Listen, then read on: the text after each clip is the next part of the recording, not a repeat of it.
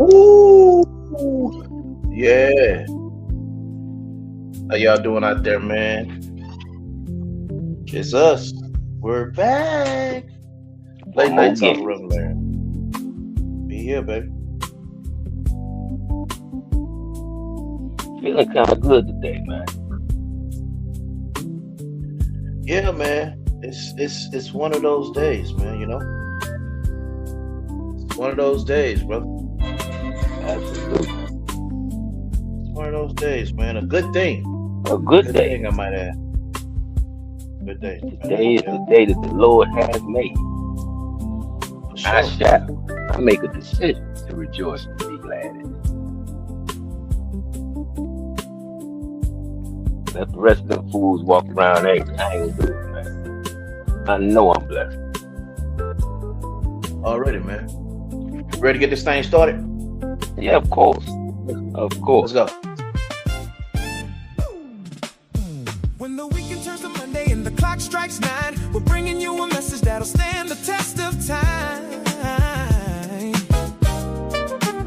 We got the wisdom in the building, keeping everything secure. A late night conversation that is positive and pure. Turn your radio up, tell your family and your friends. This is where the true community connection begins. It's a place for inspiration, it's a place for real talk. The most uplifting hour on your late night walk. Trusty Sean P, Deacon King Ace, and your host, Reverend Larry. The mic is live right now.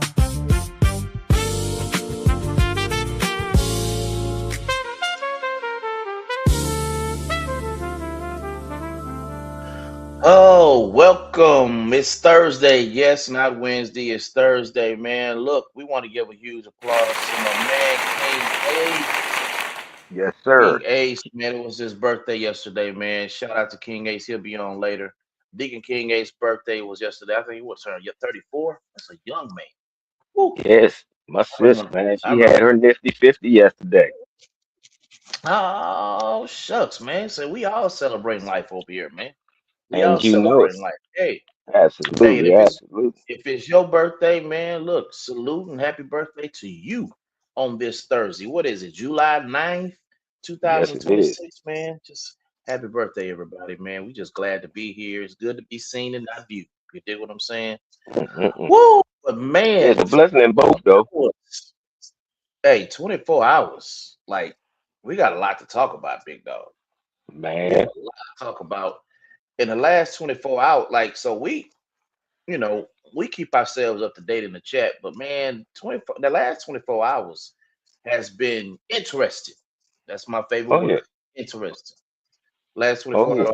have been interested. And we got this NBA frenzy going on, man, where we see some signings, we see some people trying to close the gap and trying to finish out their roster. Then we see some rosters on hold. We see some trades on hold. We One person ain't made up his mind where he's gonna go. Like there's a lot going on in And the he, NBA right now. he holding up the NBA. People don't believe it, but it really Hey, is. There's a you lot of think he people waiting holding to up? see what he do. Oh man, I don't know, man. I don't know. Like a GM should make his decision on what he's gonna do with the roster he has. Now I will say this, interestingly enough, Bob Myers was on with Rich Paul and what's your boy name? Max Kellerman Hmm. on their podcast, and Bob Myers, and I wish I had some sound bites on that, but Bob Myers was low key. There you go, birthday boy. There go There birthday you go. boy. What's going on, man? What's up? What's But up, man? man, but Bob No Myers doubt. was Bob Myers was on the podcast with uh Max Rich Paul. Kellerman and Rich Paul, and he gave kind of a low key shameless plug. You feel me? Kind of trying Uh-oh. to figure out. Oh yeah, because he's the new GM of Philly. You know, and he was the Hmm. one that pull that deal off. Um, Right, right. but and I need everybody to start looking into how Boston is made up on the business side. Like their structure is interesting. That's again my favorite word. Their structure, that business structure, is interesting. That's I don't know, man. Um, yeah, we need to look into that. We need to look and see how Boston is set up business wise. Their structure is some are saying illegal. Some are Hmm. saying this dude really can't afford this team, and it's a few investors that's really the owners, and that's not the structure of the NBA and how it's set up. I already told y'all the private equity really owns Boston, and man, somebody need to look into that. Somebody need to look into that. But Bob Myers, who was the executive at Golden State, he was the man that helped orchestrate um, the building of the Golden State Warriors. And so he's now, he's been on, he's been a panelist, um, commentator for the last year or two, Hmm. and now he's back at it again, and he's an executive at Philadelphia. I want to say he's president of basketball operations, the GM or something like that, and he's kind of low key making a pitch to Rich Paul, like we got it. We pretty much got a complete package over here. Sean P, where you think LeBron is heading next, man? Like Honestly, the last three teams. Let me say this: the last three teams were Philly, Seattle. No, not Seattle. Lord Jesus, Philly, Cleveland, and Miami. That hmm those are said to be the last three teams on his list. That you know. What's your take on that, bro? right now, I'm honestly thinking Cleveland, and I'm thinking that what he's really trying to do, or what Cleveland's trying to do, they got the roster spot for Bronny. I think they're trying to work on a trade, a worthwhile trade, because he is guaranteed. He's under a 5-year guarantee, so he ain't a free agent like his daddy. You know what I'm saying? He ain't no unrestricted free agent. He ain't a free agent at all. So it's going to require some trades. So I think what they try and do is probably get some second round or some, garbage picks or something like that to go along with it to get Bronny over there as well. I also think that they're working possibly to try to talk to the Wizards to see if they can't get Anthony Davis. That's what I think. I mean, I know there is a real strong desire from LeBron to be able to play with Anthony again. So I really think the question is going to be watching what happens with Anthony Davis. And I do not 100% think he's going to go to the Wizards. I really don't. I really don't. Even if Davis stays there, then I think it's definitely going to be Philly, and they will have some way of getting Bronny up there. And I think he's going to play maybe 2 more years. Bryce will come out, and I think he's going to get Bryce down in Cleveland as well. And then that's his farewell tour with his boys. That's my thought. Um, to add some more context to that, I mean, I hear a lot of people talking about, trying to find a trade to get Brony, but that's not any money you have to go and like he doesn't have a contract that will make you like, man, who I'm gonna get to match that. Like that trade can be cash considerations and just pretty much can be a buyout of his contract. I It don't think probably I can, but think that depends honestly, on what value LA is trying to put on. Because they doing some stuff, but at the same time, are they trying to maybe thicken the pot for a Bronny trade because they already LeBron gone pretty much for free. I honestly think LeBron is trying to figure out and he's having backroom discussions with AD, who's also a Clutch Sports client. I think he's trying to figure out what is AD going to do, Yep. and that's going to determine because I find it hard to believe you're going to give because you're going to have to give up Mobley. I don't see Washington taking peanuts and picks for AD. They want a body for a body because Washington is built to compete now. Okay, This is not the Uh-huh. Washington of old. Um, what's his name? Trey Young has already put it out there, man. We serious about competing this year. So they're gonna want a body for a body. They're not interested in any more picks. They have enough draft capital. I think if that is going to be the move, they're trying to figure out how can we get AD in Cleveland. But Cleveland, I don't see Cleveland giving up Mobley, man. That does not make any sense because Mobley is head over heels better than AD simply for the fact Mobley is durable. And Exactly. to insinuate that, you know, Mobley can be in that package, hey, now look, if I was the Wizards and they put Mobley in that package, oh, I would most definitely jump all on that. I'm most definitely jumping all on that. And to me, that maintains and keep Washington as we've been talking it as a fourth seed possible. Um, but I think that's honestly trying to put all how LeBron does, man. He's trying to put all his pieces together to make sure his chips fall where they need to fall. Deacon Ace, King Ace, man, talk to me. Where you at? What's your assessment, man? As far as where Happy LeBron's birthday, go, brother. as far as where LeBron's going, Happy thanks, man. You hear me? happy birthday, brother. Thank Yes, you sir. very much. I greatly appreciate that from both of you guys. As far as where LeBron's going, honestly, um, it's really going to be a toss up because the play styles have to match too. It's not just the money. It's not just um, because he wants to bring his son. The availability of him being able to be on the court and then not hinder the growth of the next players that's either been drafted or that they're bringing in.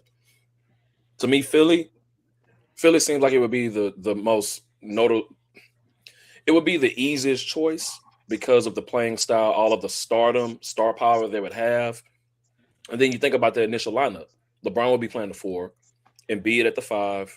You have Edge come at the two, Max at the one, and then Jalen Brown would unfortunately have to play the three. He wouldn't be playing the two.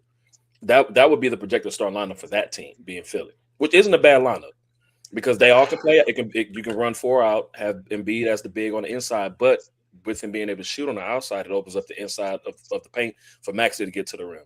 They be to get to his mid range, get to his shots, get to the rim. Edge comes showing us that he's explosive. And then LeBron, of course, we know him being the willing passer he's always been throughout his career. Philly seems like the most reasonable choice. Miami and Cleveland Question. would be more of a What heartfelt choice. But go ahead. question? With that being said about Cleveland, all right, and I'm gonna look Or you in Philly. Well, your I was speaking about Philly first. I was speaking about Philly, Philly yeah, first. well, Philly. My apologies, my apologies. When you're speaking on what you're saying about Philly, and I'm gonna look you dead in your eye when I ask this question Okay. because this is the rumbling I'm hearing. If Philly is the destination, is LeBron willing to take a role player's position on that team?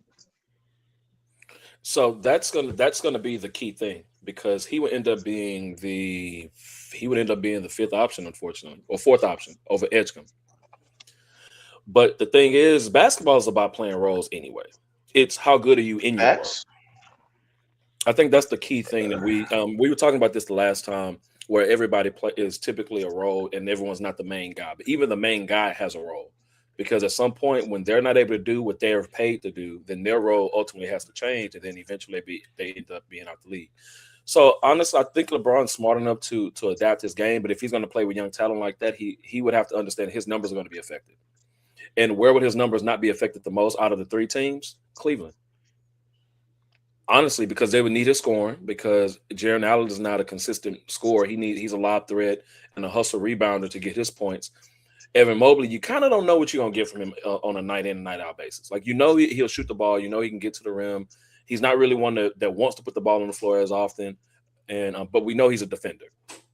James Harden, you can't always settle. You can't always settle for him with his shot. What's up, big boy? You can't settle with him with his shot and his play style because he ends up not showing up all the time as Father Time is undefeated. And then Donovan Mitchell, he's a phenomenal scorer, but he still is missing something. And I think if he went back home to Cleveland, LeBron would help them, figure that out. But the unfortunate thing is someone else's role. Their role is going to be minimized because you're playing with LeBron. Unless it's You don't think LeBron's role is going to be minimized on any of the rosters that Miami and Philly, yes. Cleveland, not so much. Because LeBron will be going to play with the actual 2-time league MVP and Giannis. So his role definitely is going to minimize, for sure. And then you have to realize he's also his role. He's going to be playing with a better coach in Eric Spoelstra, who's going to put him in the right spots like he did before. You don't see him taking a smaller role in Cleveland.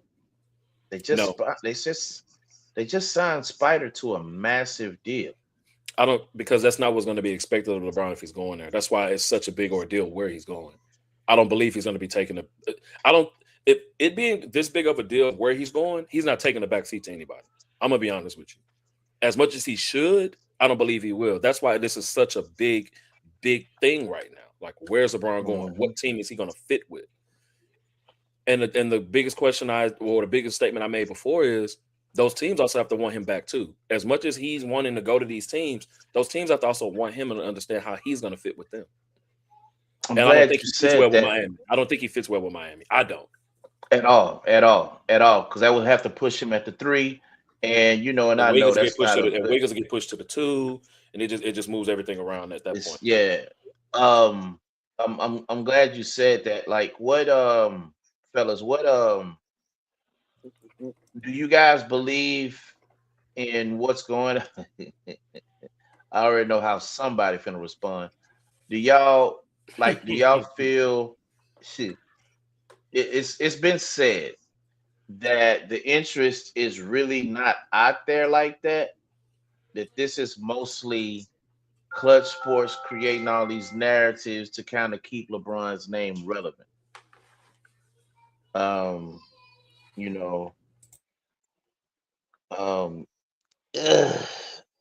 What say ye? Hey man, just say it. Just say it. You say Clutch Sports is keeping the narrative going? No, that's what I'm asking. Like, the word is that Clutch Sport is keeping the narrative. There's really not that much. Like, they had a 10-team whiteboard going on, and basically that was just smoke and mirrors. So, in other words, the teams that they're speaking about could also not even be the teams that's projected for him to go to. Then, if that's the case. I beg to differ on Philly because Bob Myers just showed his hand. Like, he just flat out gave Rich Paul a sales pitch. So he's in the clouds. But so the thing about that though, man, is it's not common for GMs and agents to come out and speak about what team that their player is going to. LeBron has never been, but even through LeBron's career, he's never been like that. But it was never been. I'm gonna try to find it. But it was more like a pitch. It was a shameless, in my opinion. It was a shameless pitch, about stopping in Philly, making Philly your home. The roster is a lot more complete than the remaining teams that's involved. He just put it out there, and I'm like, man, ain't no. I'm gonna be honest with you. Philly does not sound like the team or destination he's going to. It really seems like Cleveland, because to be honest with you, that's where the sunset is gonna be for him. That's where it makes the most sense. If he decides to do as Jordan did, like a documentary of his last year in the league, or what would be considered a championship year if he goes to Cleveland, so on and so forth. That's where it makes the most sense. Going to the city of brotherly love does not make the most sense, even though the team would make sense because of the stardom. Once again, like, they have a lot of star power over there. They'll have a lot of TV ratings. Wherever LeBron goes, technically, is going to be TV ratings. But it's it just makes more sense for him to go to Cleveland, like your last hoorah, playing on Cleveland with your son. Now you be able to say I played on 2 different teams with my son. No one's ever done that before. Like, it's other things that people would try to leverage, which is why, like Sean P said earlier, Bronny is not a free agent. He's already locked as a guarantee, but now he's trying to not coerce, but he's trying to work behind the scenes At least there's rumors out there. I won't say LeBron's doing it personally, but it's rumored that he's trying to make sure wherever he goes, Bronny can go with him, even with Miami. I haven't seen that with Philly, but I've seen that as far as rumors for Miami and or Cleveland for Bronny to go there. So I don't know how they would make that trade. And honestly, the Lakers probably want to get off of Bronny so they can get rid of this LeBron train that's been going on. Like they probably didn't realize how crazy this was going to be having him with them. Like he probably didn't realize like this is crazy having LeBron and his son, and he's trying to have his family go wherever he go and trying to dictate what we do. And we don't work like that here. We run this organization. And so now they got their foot back on the gas to take over their franchise again with LeBron being gone. But I think he's honestly going to Cleveland. He just haven't said it, but I think he's going to Cleveland. That's why James Harden never got his contract. I think he's going to Cleveland. Mhm. Yeah. So, question: LeBron wins a ring. He goes to Philly and he'll win a ring this year. Jalen Brown is the leading scorer. Maxey is the second leading scorer. LeBron is the third leading scorer. Does this chip bring LeBron closer to the legacy of Michael Jordan? Not really. Yeah. Not No, really. I don't think so either. Because the amount of opportunities that he's had, and they're going to look at the record. Even if he gets to 6 or 7 at this point in time, it's going to be the record, the percentage of it. He would have to actually win more than he's got time to play right now in order to even be considered. And he would have to be an absolute dog in those games too. You know what I'm saying? He'd have to come away with it, either finals MVP or be so instrumental in the win, either hitting the last shot or something of that nature. He would have to actually dominate those games to even be considered at this particular point in time. And I think that's beyond what he's capable of doing at this point in his career. I agree with you wholeheartedly. I want the brother to survive. I mean, I want him to thrive. I really do. But man, these narratives don't so you know what they say, man. In between a truth and a lie, in between two sides of the story, there's lies a truth somewhere, And these narratives that's popping up, like it's too many going on right now. I don't think the Lakers have to really. I mean, if they wanted to write that contract off, they could. We talking about 2.3 million a year, and I don't even know if that contract was top heavy. We don't know what his contract looks like, but I mean, I know we can look it up and see. Probably about as good as an NIL contract.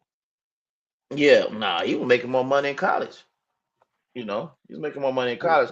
I think honestly, if he goes, it doesn't matter where he goes. It's not because I'm in a group. I'm in an NBA group, NBA talk, and his disciples, man, they gathering and waiting. They waiting because they know, wherever he goes, if it's a chip, oh man, that's why he's the GOAT. Like it's his legacy is already cemented, Well, you And know what? so He would semi have a decent argument if he was to take a fourth team, not the Cavaliers, but a separate fourth team to a finals and win the finals. But again, it would have to be him doing a lot of work himself. It can't be him riding on the coattails of others. He would have nah, to not at be. all. He would He'll have have to to be be that. the guy. Yeah, and I'm a I bit don't see where there really is a team where he would be. That guy, not now, not this point in his career. And it's not that he can't. It's just that he's going to teams with other superstars, most of which are much younger than him, that still have their peak or only one maybe not is Golden State. The players they're a little bit older. But if they would go to Golden State and them old fellas, Uncle Drew, the league, that would be interesting. yeah. Yeah, but everybody knows that's Steph's team. Oh, definitely. You know, we talked about it a couple episodes back how, even though Iguodala won the Finals MVP, everybody was like, what? Like, what are we doing? Like, what series were y'all looking at? You Because know I what I'm know saying? he wasn't supposed to get And that. Not in at all. not by my Well, estimation. He wasn't supposed to get he defended LeBron very well. By what metrics? that. That man was leading Like, every statistical category for both man, teams. every statistic category For both that teams. you could imagine. Yeah, for both teams. But it was Steph Curry who had the more efficient and more effective and the most impactful series. So it's just, like I said, man, there's just a lot of rumbling going on. Um, I honestly think it's only Cleveland. I don't, like Ace said, man, Deacon Ace said, like Philly is not a good look because they put him in the backseat behind two people. I He mean, will legit. it'll be three if you include Embiid. Nah, Embiid not gonna. Embiid ain't gonna Uh, play no more than 50 games this upcoming season, But bro. but that's enough. That's enough. That's enough. 50. We ought to do. That's a plus for him. That's a plus We ought for to do Embiid if he played at least 50 games. Man. We ought to see what Kalshi is saying about Embiid playing 60 games or 50 games next year. Well, I mean, it's man, Trustee says something, man, and I wanted to touch on that with the Golden State and man, he had said a lot, and I wanted to jump right in there first. But with the Golden State aspect, you're right. That's Steph's team, but it's really the same comparison when LeBron went to the Heat and it was originally Dwayne Wade's team. It would almost be the same thing, Exactly. by my estimation, I don't believe LeBron knows how to take a back seat unless he's asked to. He don't, because the rumblings when he was with LA, when Austin Reeves came back, he didn't really know how to coincide with it. He didn't. He took over games in the playoffs. He made sure they stayed afloat throughout the regular season. But if Austin Reeves is your number two, was LeBron really supposed to be taking the back seat to him? LeBron was still taking over those games. He was still doing what LeBron knows how to do. And so I don't believe if he go to another team, he knows how to hand over the keys to another player because he's not effective that way. LeBron's not effective that way. Well, And he's shown throughout history of him playing, almost quarter of a century, that if he's playing behind someone else, he's not as reluctant to be able to get going like he's used to doing. That's why he had all these up and down games this year playing with the Lakers. Some games he had 12, 14, 10, 8. Like he's not accustomed to that. I'm so serious when you think about the games that he was having this you're year. right. Yeah, you're right. But also Father Time is undefeated. It will catch up to him. That's why as you brought up Embiid, LeBron's not playing 82 games. He's not playing 70 games anymore. He'll give you maybe 55. Oh, I'm Maybe. kind of thinking he might do that this time around simply because this is it. Either this Yeah. year or next year, he may actually try to touch every game. And the reason why and another thing I spoke it's about not. the Okay, you getting off said he of gonna a do that. Bronny thing too as well is because how many of the Out of the Mind podcasts have you seen with JJ Redick this year since the season has ended? Nah, None. So nah. maybe they just want to get off of the James train altogether. Could be. Well, no. Okay, I told y'all this last week. I told a couple of guys that are James LeBron's minions. I said LA don't want him, y'all. Like they don't want LeBron back. Oh no, man. He just, he's trying to get a larger contract. I said, no, bro. The pattern of what LeBron does is when he takes that player option,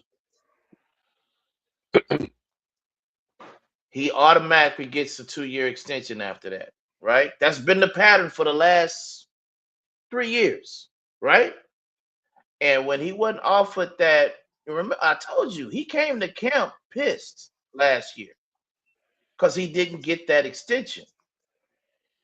And I said the writing is on the wall. The writing is on the wall, man. He's not coming back to LA. Honestly, And I thought it I was think they would I have kept thought him if he would have take a lesser role and no. let the young No, guys play. they wanted it. They wanted to end the relationship, bro. They wanted to end. Let me tell you how slick Palenka is. All right, the writing was on the wall when they traded for Luka.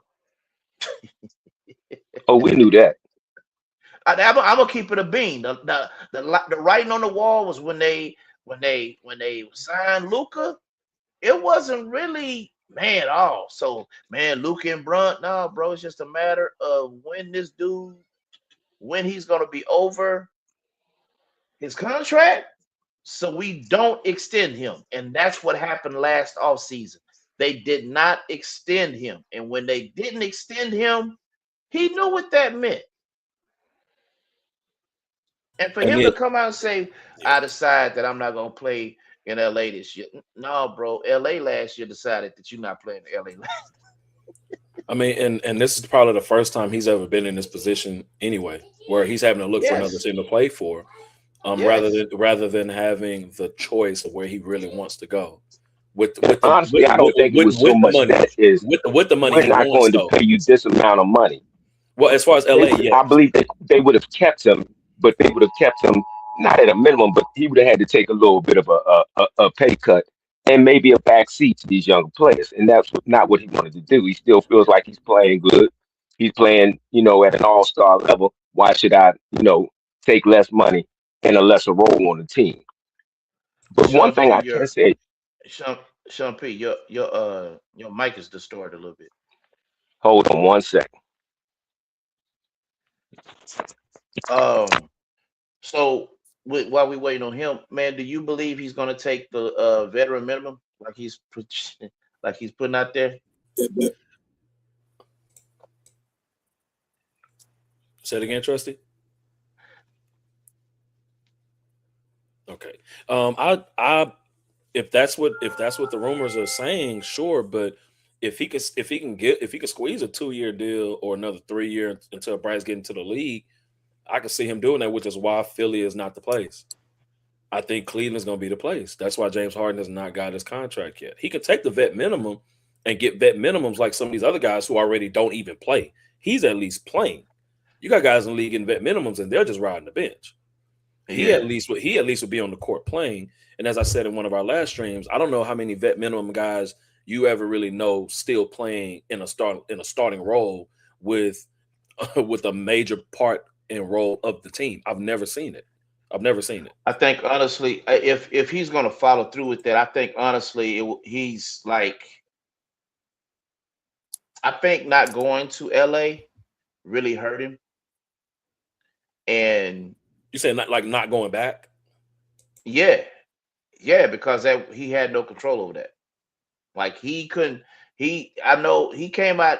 That was to save face. I'm not returning back to LA. That was to save face, bro. I can't. Like I know he's a powerful man, and I know he has influence, but you ain't playing without a contract, pimp. I mean, you're not. If look.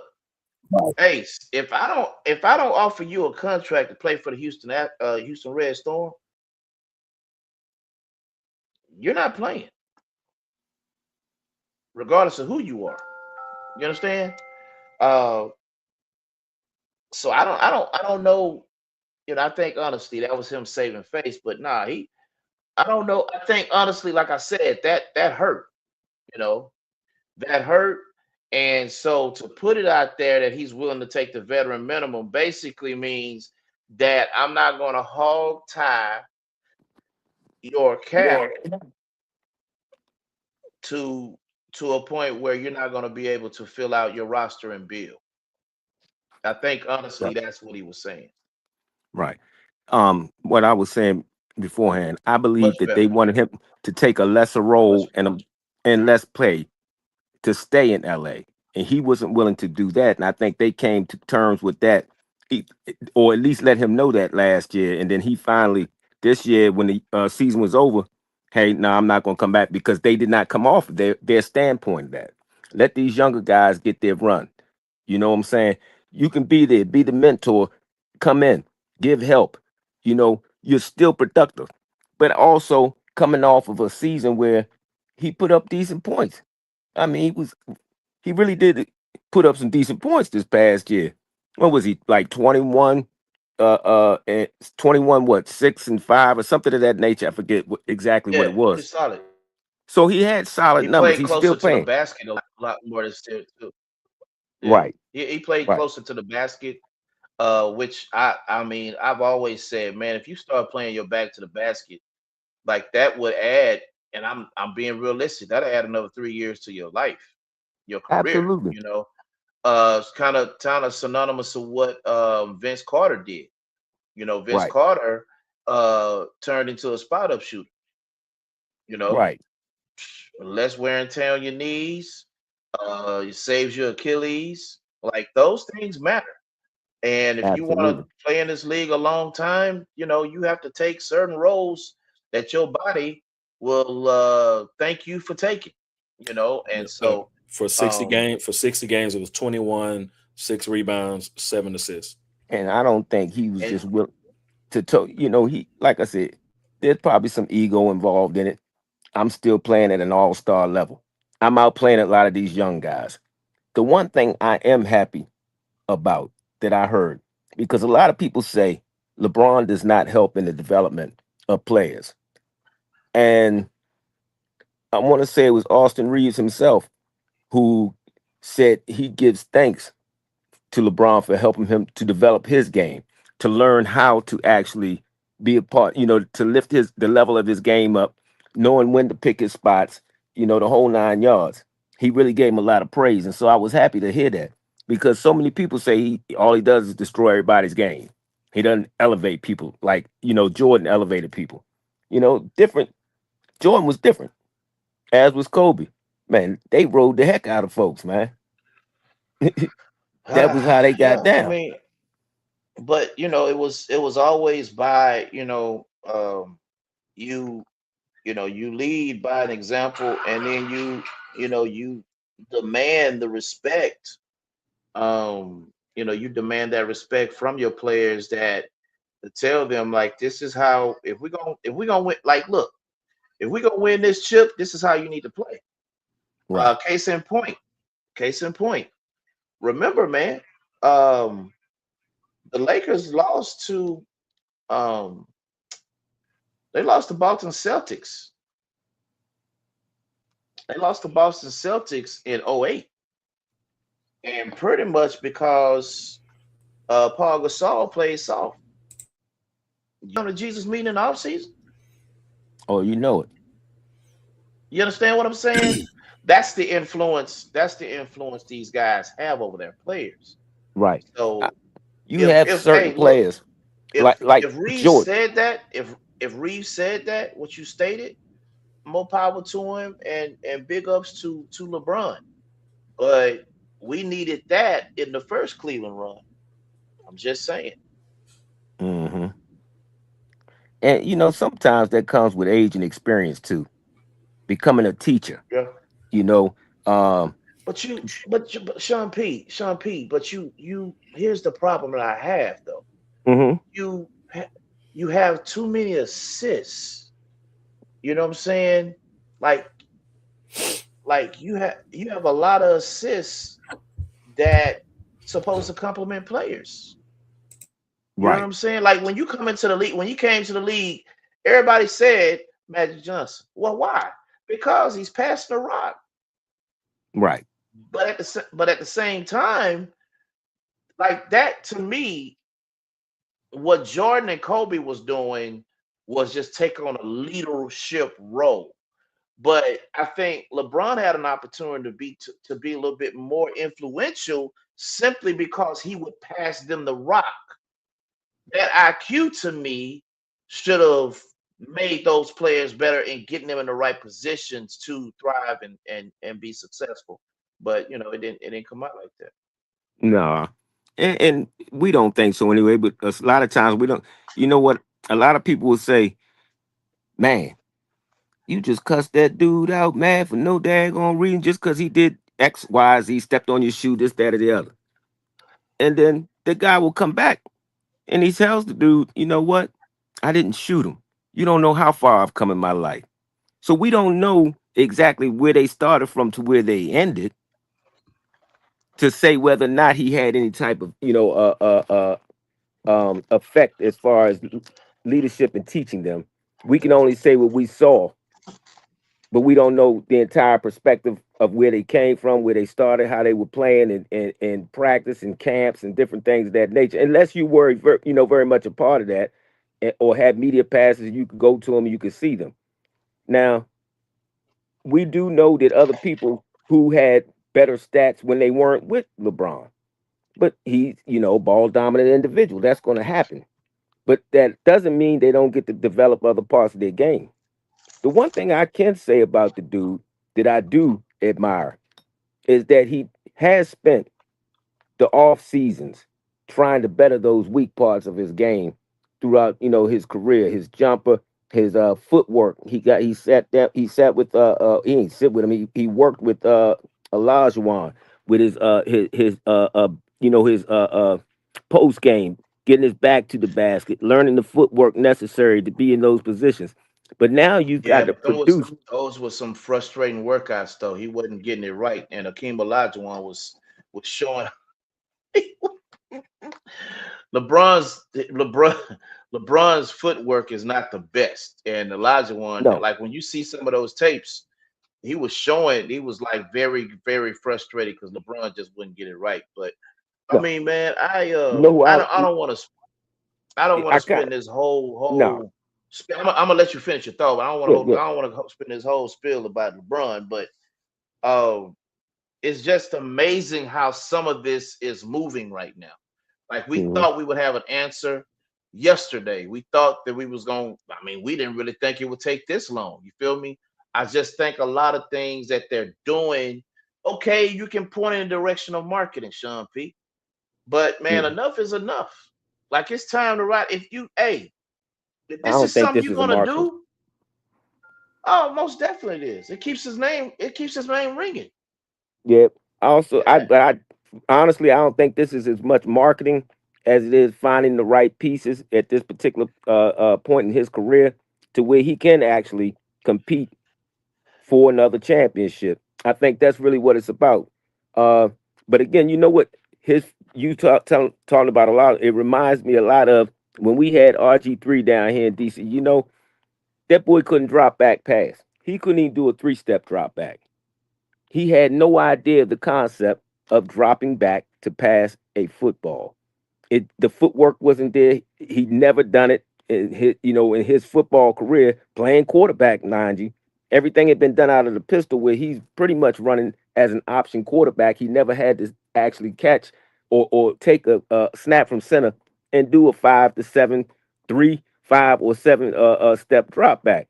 And that's what LeBron reminded me of, trying to learn the footwork necessary to be, have his back to the basket and the post. Yeah. When you've never done something, it can be very, very Yeah. difficult to break I those agree. old habits. I You agree. know, I agree. but I Let's applaud the turn fact that he everything worked over. on it. What's That's all. no, I agree. I agree even to that. Yeah.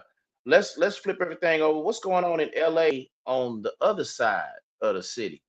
Um, Man, They the might have some first of all, problems. the they got a problem. investigation is the investigate the investigation is still going on. We thought it was over when the When the trade happened.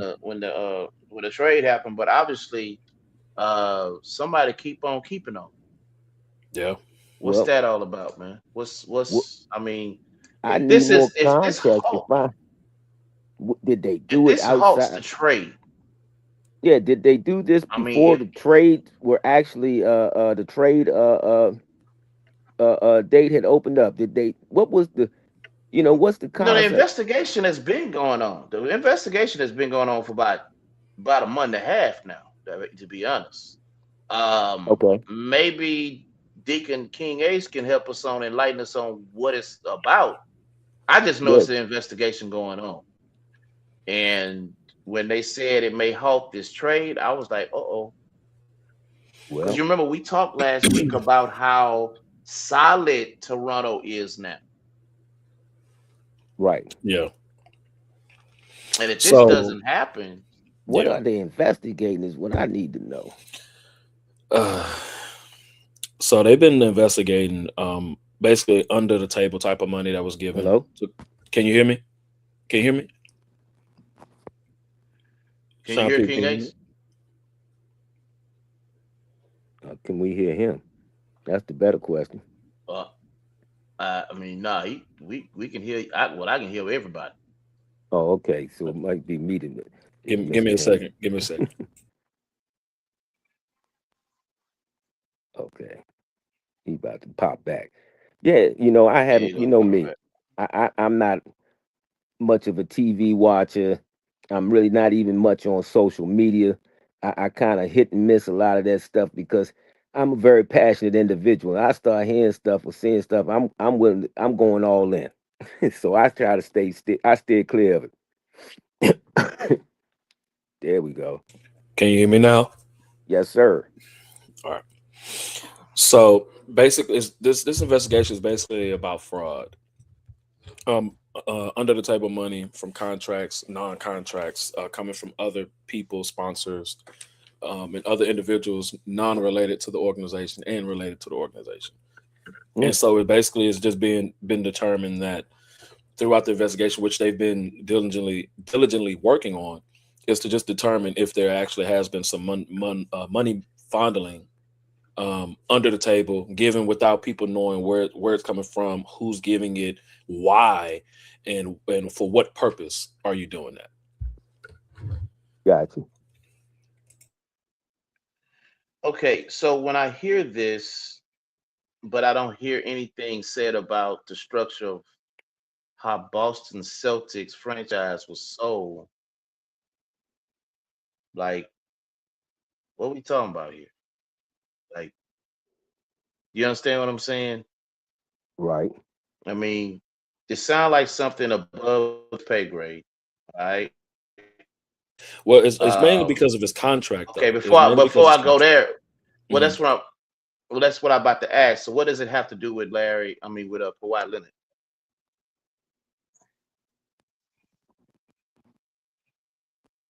It's like I said, basically it's so you know how some guys get illegal money, right? You get illegal money that no one knows illegal and they don't know where it's coming from. It's so how Zion Williamson had loopholes in his contract where he had to maintain a certain weight. He couldn't do this, he couldn't go there. He have to eat this and this and this and that in order for him to get this amount of money, maintain a certain size. All of these guys have contracts similar to that. But with Kawhi Leonard's contract that's come up, which is why it was always shaky and questionable as to how he was always getting all this money. He's getting his full contract, but he was never playing. Kind of similar to the Jonathan Isaac portion that we spoke about the other day or a few days ago. He's tied into it because it's been alleged that he's been given a big lump sum of money, that of which he believed he was supposed to get on the front end that he never got because of the Paul George and the James Harden trades coming in shortly after. And so that's what this is all about as well. Because Paul George came in on a hefty trade. Remember, it was Shea Gilgeous and like a lot of picks for his contract. And then Yeah. he read up. And then he read up again elsewhere and so on and so forth. So that type of money that he ended up getting, because that's who Kawhi Leonard wanted to play with. He said, well, I'm not coming to the Clippers unless y'all get Paul George. In order to get Paul George, they had to give up a lot to get him. So now it's looking as if they were giving him extra money on the side under the table where no one know that he was getting it to make up for all that money that he missed out on when he got Paul George. So to kind of make up for the trade amount, because the trade value from OKC and whatever was, remember, like it was his trade was in comparison to the Mikal Bridges trade from Brooklyn to New York, where they gave up all those first round picks. Like it was crazy. So then basically they satisfied giving him some money but it wasn't above pay. It wasn't. Oh, my man Rob is back. And hey, he gonna come with some information too, so be ready. Um. If he got some info, we need to So put him on. okay. So Just let me know. basically, Just let me know. all in a nutshell. So basically, they paid him. They satisfied his pockets outside of the structure of the contract. Is that what I'm hearing? Allegedly. Allegedly. Yeah. Okay. That's a key word. That's Allegedly. interesting. But you know what the NFL does that I think a lot of people should take a lot of people should take note of. So that was just, I will never forgive John Gruden for trading away Khalil Mack for nothing, right? Um, what Chicago did, they signed him to a massive contract, okay? And I think Julius Jones had a similar contract. They paid 80% of the contract and tied it up into a signing bonus.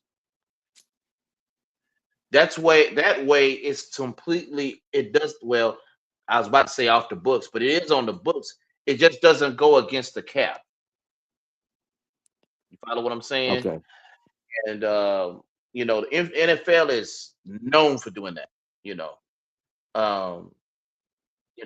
That's I think honestly they probably, but that's also because the NFL don't have the guaranteed contracts also. And so they probably, and now I'm thinking it's probably tough to do that here. No, they have roster bonuses. They have roster Absolutely. bonuses, and yeah, so it probably could work here where you give them a signing bonus, restructure the contract and give them a signing bonus where it doesn't go against the cap. Right. That The NFL does incentives. that. Yeah, NFL does that like crazy. That they notorious for doing that. But again, I get it because they don't have guaranteed contracts, and that could also be why they do that. But it's a smart way to move money without it counting against you. That makes sense? Yes, 100%.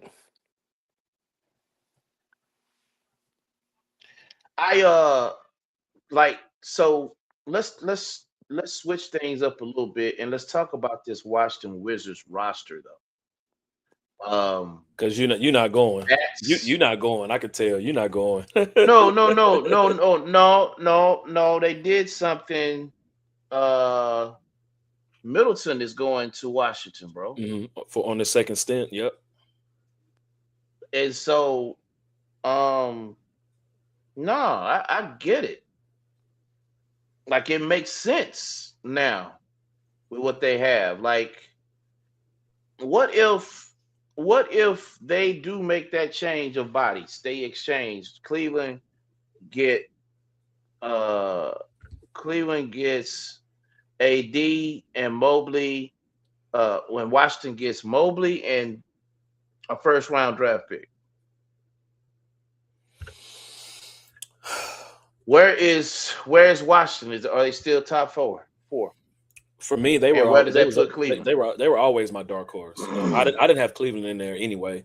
But yeah, to me, Washington is in there. I would honestly still put Detroit above Cleveland, even though Cleveland knocked them out last year. I would still put Detroit above them. If we're talking about the way that the rosters are currently constructed, because both teams lost players. Both teams lost players. Let's see what he said. Robert out a deferred salary deal, like my man, Mr. Bobby Bonilla. July 1st is Bobby Bonilla Day. He gets a $1.19 million check until 2035. Yeah, but he's not playing anymore. He getting that Bronny jersey money. Yeah, that's what that is. Yeah. I don't know, man. No, because that ain't no money to these guys now. That ain't no money. Hearing you, I'm talking about to Kawhi. They don't like $1.19 million. Like, Nah, you'll probably juice that to like maybe 5. You know, that's what you're gonna do. But No, one but million 1.9 ain't no money. If it was John Sally, of course, no, but he's saying if you do that deal deferred it, until like do that amount until, at least that's how I read it. deferred payment. I get Hmm. it, but I don't think that. I think well, and my apologies for thinking he meant 1.19 million. He was just talking about the example. I think Hmm. I think that could work, but you're gonna have to, be like more so like a 5 or a 6 or a 7. I You mean, it know, depends on the can amount. they do that? It's the Can amount that they they're do that? investigating Can now. they do that in the NBA? Can they do I've that in never the NBA? I've never seen it. I mean, the I only never thing I've heard the seen, deferred I've only payment. seen and heard of coaches being paid after they've been fired for years on end. So there's ways to do it. Remember, Well, I mean, every contract. Milwaukee was playing 3-4 coaches at the same time after they kept firing them back to back. So it's ways to do stuff in And the NBA. It's just we I just don't still know don't yet. know, and I still won't understand why they fired Adrian Griffin. And when you find that out, let me know. No, they let him go because him and Giannis just didn't get along. Like y'all let all these coaches go just for Giannis to still end up being traded anyway. Like it didn't make sense. And y'all had a But they winning was record. killing. Y'all had a winning record with them. That's what I'm about to say. It was number one in the conference. But that was the same thing that happened to Jason Kidd. Jason Kidd was on Giannis so much, but you became an MVP out of him being on to you the way that he was. A 2-time MVP at that. But he didn't like anybody getting onto him like that. And there's a lot of guys like that in the league. But him going to Miami, I don't know what he think gonna happen there. You ain't about to run that Man, franchise. especially for real. Like Spoelstra and Pat ain't gonna play that, dog. No. And see, but Spo is he's an interpersonal type of coach. He understands how to get the guys rallied and get them going and talk to them. He understands how to do all of that. You know what I'm saying? He's had the Jimmy Butlers, he's had D Wade and LeBron, Chris Bosh, he's had the Birdman Anderson, the Mario Chalmers. He's been around all of that to understand how to get the best and to maneuver the worst that some of his players or people can bring to the team. He's understood how to maneuver that and make it work in his best in the best interest of the team. So I can see it working that way, but the initial question you asked about Washington, they have a team. They have a team. I was looking at the Yes. roster. It's not updated yet because it still has Anthony Davis as the only center on the team, which we know is not true because they just got DA from they just got DeAndre Ayton from the Lakers. LA, yeah. But between him and Alex Sarr and Anthony Davis, I think they have Anthony Davis listed as a center, but I know he don't want to play the big. He don't want to play the center. But if he have him and DeAndre Ayton out there, if Alex Sarr is not in the starting lineup, then he'll come off the bench as the 4, and then that'll allow either he's coming off the bench or Chris Middleton coming off the bench first, but one of them coming off the bench. And what that does is that opens up the floor for them to actually have a bigger lineup that they need because, like, if Chris Middleton's sitting there, what, 6'7", 6'8", almost 3. Yeah, and so now it's he's only 6'3". No. 6'7". Oh, okay. He's 6'7". I said he was gonna play. He's gonna play the 3. My apologies. No, I think AJ DeBance is gonna play the 3 at 6'9", 6'10" almost. I would assume he would. AJ DeBance is a big boy. Yeah, but he's Middleton is not athletic to keep up with it too.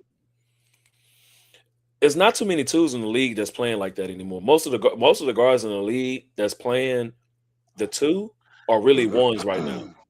The most dangerous 2s you have in the league is like Ant-Man and Devin Booker. Devin Booker still he done lost a step. So yeah, he lost a step, but he's never been athletic guard though. But he's never been the most athletic guard.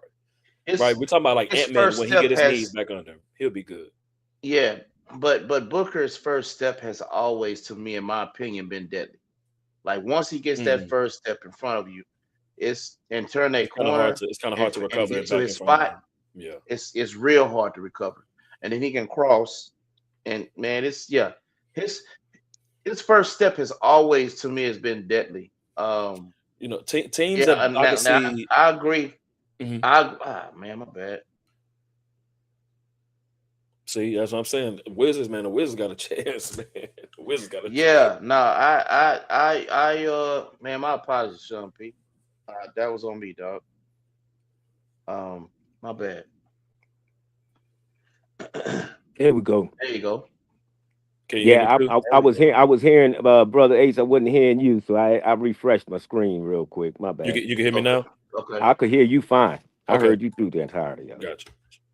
Hey, how you like what Rob just said right here, Sean P? What's that? As long as AD, yeah. Yeah.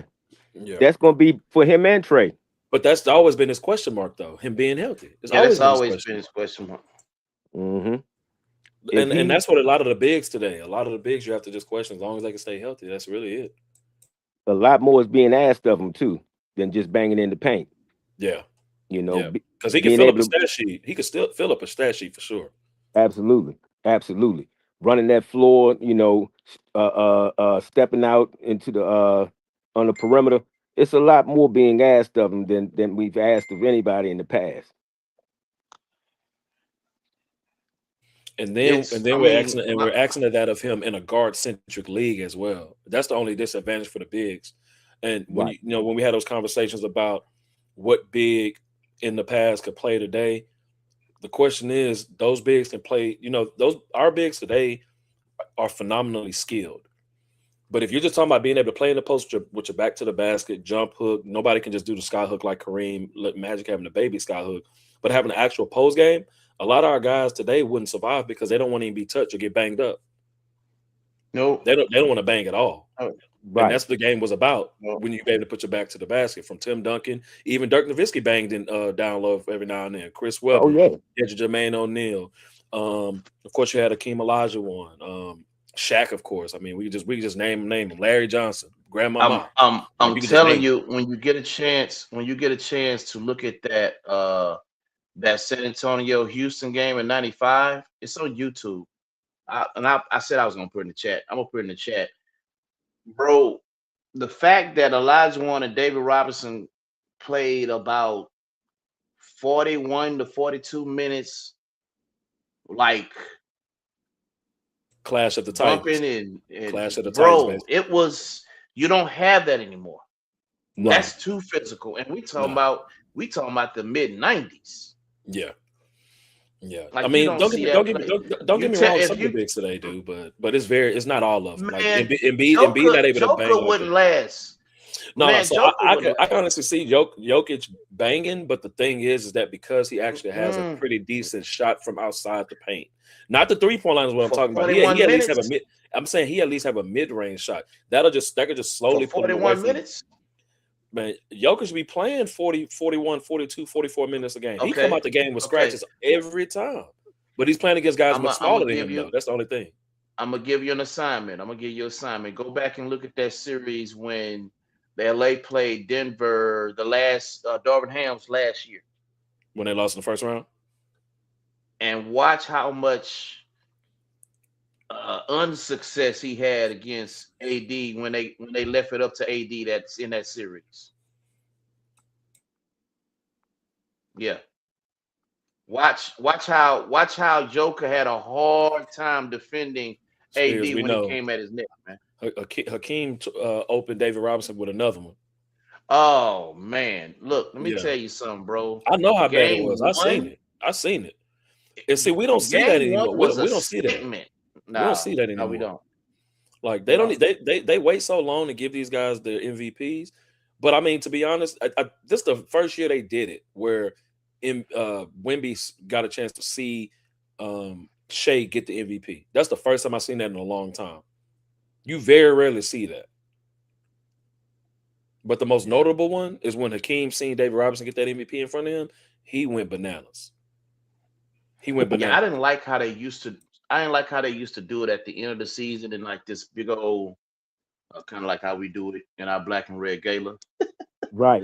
I liked. Don't like it, but adopted the same idea is crazy. Right.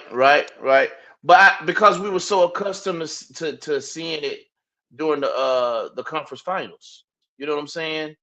And then you share the trophy with your fans. You're able to lift it up and thank your fans in the process. Yes, Dwight Howard was playing Jokic. Yes, While he made and that comment, I gotta ask you, since we're here already, then we could just kind of continue. let's go. Let's go. Prime Dwight Howard or prime Jokic? Who you taking? Prime Ew. Dwight. Prime Dwight cannot even mess with Joker. You say he No, cannot? sir. You No. say prime Dwight Howard cannot mess with Jokic? No, my apologies. Jokic cannot mess with a prime Dwight. Jokic had a problem with the downside of Dwight. What That about you, bubble, Trustee? woo! That bubble, that bubble, my God. I know Dwight Howard gave him fits the entire time. He gave him fits the The entire time. blues. The blues. Man, I heard somebody Whenever make he a came off the comment. bench, Man, I heard someone make that's a all you saw comment. Joker do. Um, Uh-huh. and it was a guy who played with him, White Chocolate, when he was in Orlando. And it didn't resonate with me until I actually listened to what he said. He said, and I quote, "What can you do with a guy who can dominate the game that does not have any plays ran for him?" That was Dwight Howard in Orlando. Oh, Think about it. Dwight Howard had games of 45, close to 50, 48, 30 a night, 28, 12 rebounds, 3-4 blocks. And he didn't have plays ran for him. no. Now, granted, He I actually do believe he did, but we're just talking about just pure talent and the skill he had for the movement he was able to do on the court. I cannot not take Dwight Howard either. I can't. I have to. But what about you, Trustee? Who you picking between a prime Dwight and a prime Ah, Jokic? I think Jokic, he's able to do a lot more. He's just able to do a whole lot more. And do you think that a lot more is catered to because he has to also rely on his teammates? Yeah, I just feel like he sees the floor a lot better. He's not as athletic, obviously. That's the one drawback, but as non-athletic as they claim he is, he sure puts up some triple doubles. Let me okay. Okay. This is a good conversation. This is a very, very good conversation. I'm glad we pivoted and I'm glad we're here. So, do you think the way Dwight defended Jokic, do you think that was a fluke? Mm, I don't know, I mean, man. do you I'm just saying, like, do you think that version of Dwight just so happened to hold on, we got a scoring update, which I'm so glad they was able to pull this off. 89-78. Atlanta Dream beats the Seattle Storm. Um,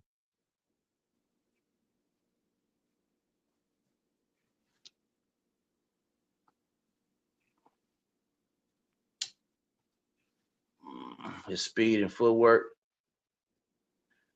I think Joker has. I think he has some. I think he has some pretty good footwork. But my question, and I ask you this, Robert. Do you think the way Dwight was able to handle Joker? Do you think that was a fluke? I don't. I think honestly, to say it's a fluke is a disrespect to the Defensive Player of the Year awards that Howard has won. I honestly think also that's the reason why he's not in the league. Hmm. They don't want that. I told y'all the most valuable player. Um, yeah, thank you, Rob. The most valuable, the most what they call it in college, the most outstanding player 2 years ago was a center. Was a center, and he didn't even get drafted. Remember that kid that played NC State, big left-handed boy, big boy? Yeah, he's overseas playing right now, as well as Kenny Lofton Jr. They don't want those guys over here, but they don't have a problem with Joker doing his thing. Like, there's a narrative, fellas. There's a narrative that the NBA wants to play. They want the physicality. They just don't want it to come from players that look like you and me. Well, Saying that, I'm not just guessing that. I'm telling you. Now, again, I don't know if that's exactly why Dwight Howard is out of the league. I heard another version that I'm not going to say. But it has a lot of it adds context. DJ Burns, that's him. Yes, sir. That's him. NC State, big boy, left hand, cold with it. Even lost some weight. Mind you, Joker ain't in shape like that, but this kid had to lose weight. Come on, man. Can't find a job. Can't find a roster spot, bro. What? I'm just saying, man. It amazes me what they're doing to the league right now, right in front, in live and living color. Like, it's amazing what they're doing right now. And nobody's saying nothing, man. Nobody's speaking on it. Probably because they can't. Probably won't have a job. Man. Because that position goes against, analytics. Right. What? So what's crazy while we're talking about the Dwight Howard and Jokic? For all NBAs, they're tied with 8, and all All-Stars are tied. Jokic is considered the more versatile offensive presence, while Dwight Howard is the better defender of the two. Definitely. So, I said him. I spoke. They on said him. Kenny Lofton Jr. Yeah, he brought up Kenny Lofton Jr. Right. Yep, I spoke of that. That's my dude. LA Tech. I went to Grambling State University, so I when that kid came out of Louisiana Tech, I was like, man, surely. And mind you, I said I gave an assessment in a group, and I stand by it. Mm-hmm. Thank you, Rob. I've been preaching it. Brother. But I gave an assessment that Wemby wasn't going to be that successful in the NBA. I don't know. I don't know, Rev. You have to probably buy some of the words. Hold on. No, it was my mistake, and I own it. But I don't own it as if I don't know what I was talking about. I didn't expect for the league to follow its script like it has done. And I stand on that. The one thing that we've done when we found out that we was leaving the American Basketball Association and we was going to the Maximum Basketball League, the one thing that we done, we started doing film study on teams that we're going to possibly play. Okay? Right? And what you do is go get film. Okay? I went to the wrong year.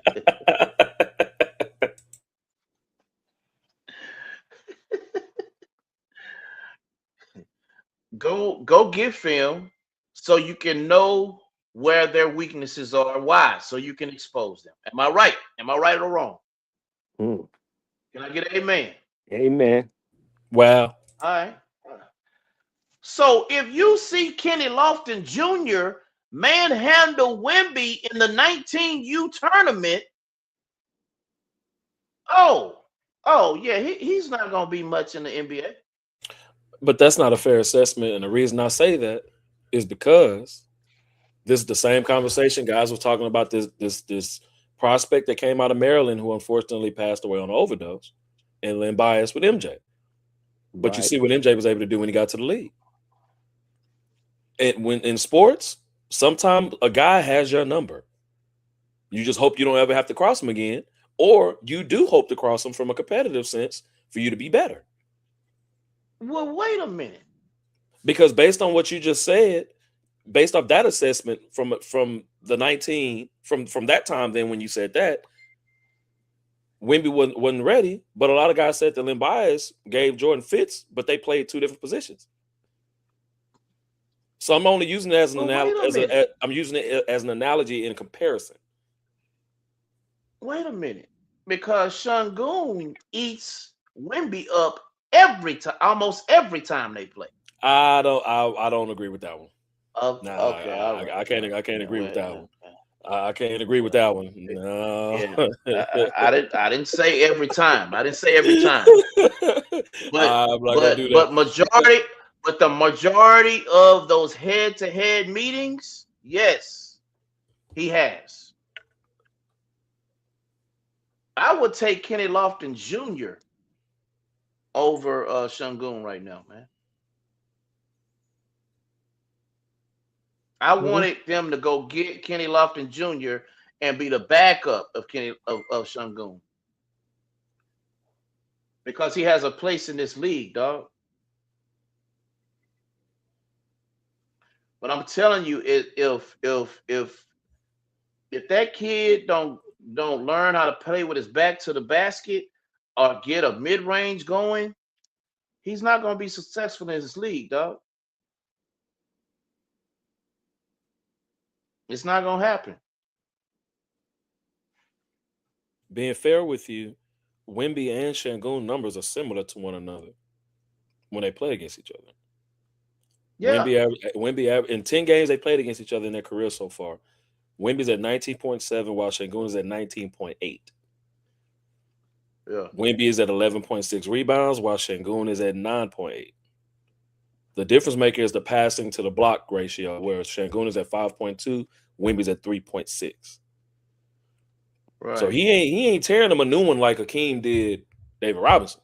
No. But because they're both still relatively young. Like early on in his career, Şengün was manhandling Wemby, man. I would assume Şengün's actually Like older than Wemby too, though. Yeah. Right?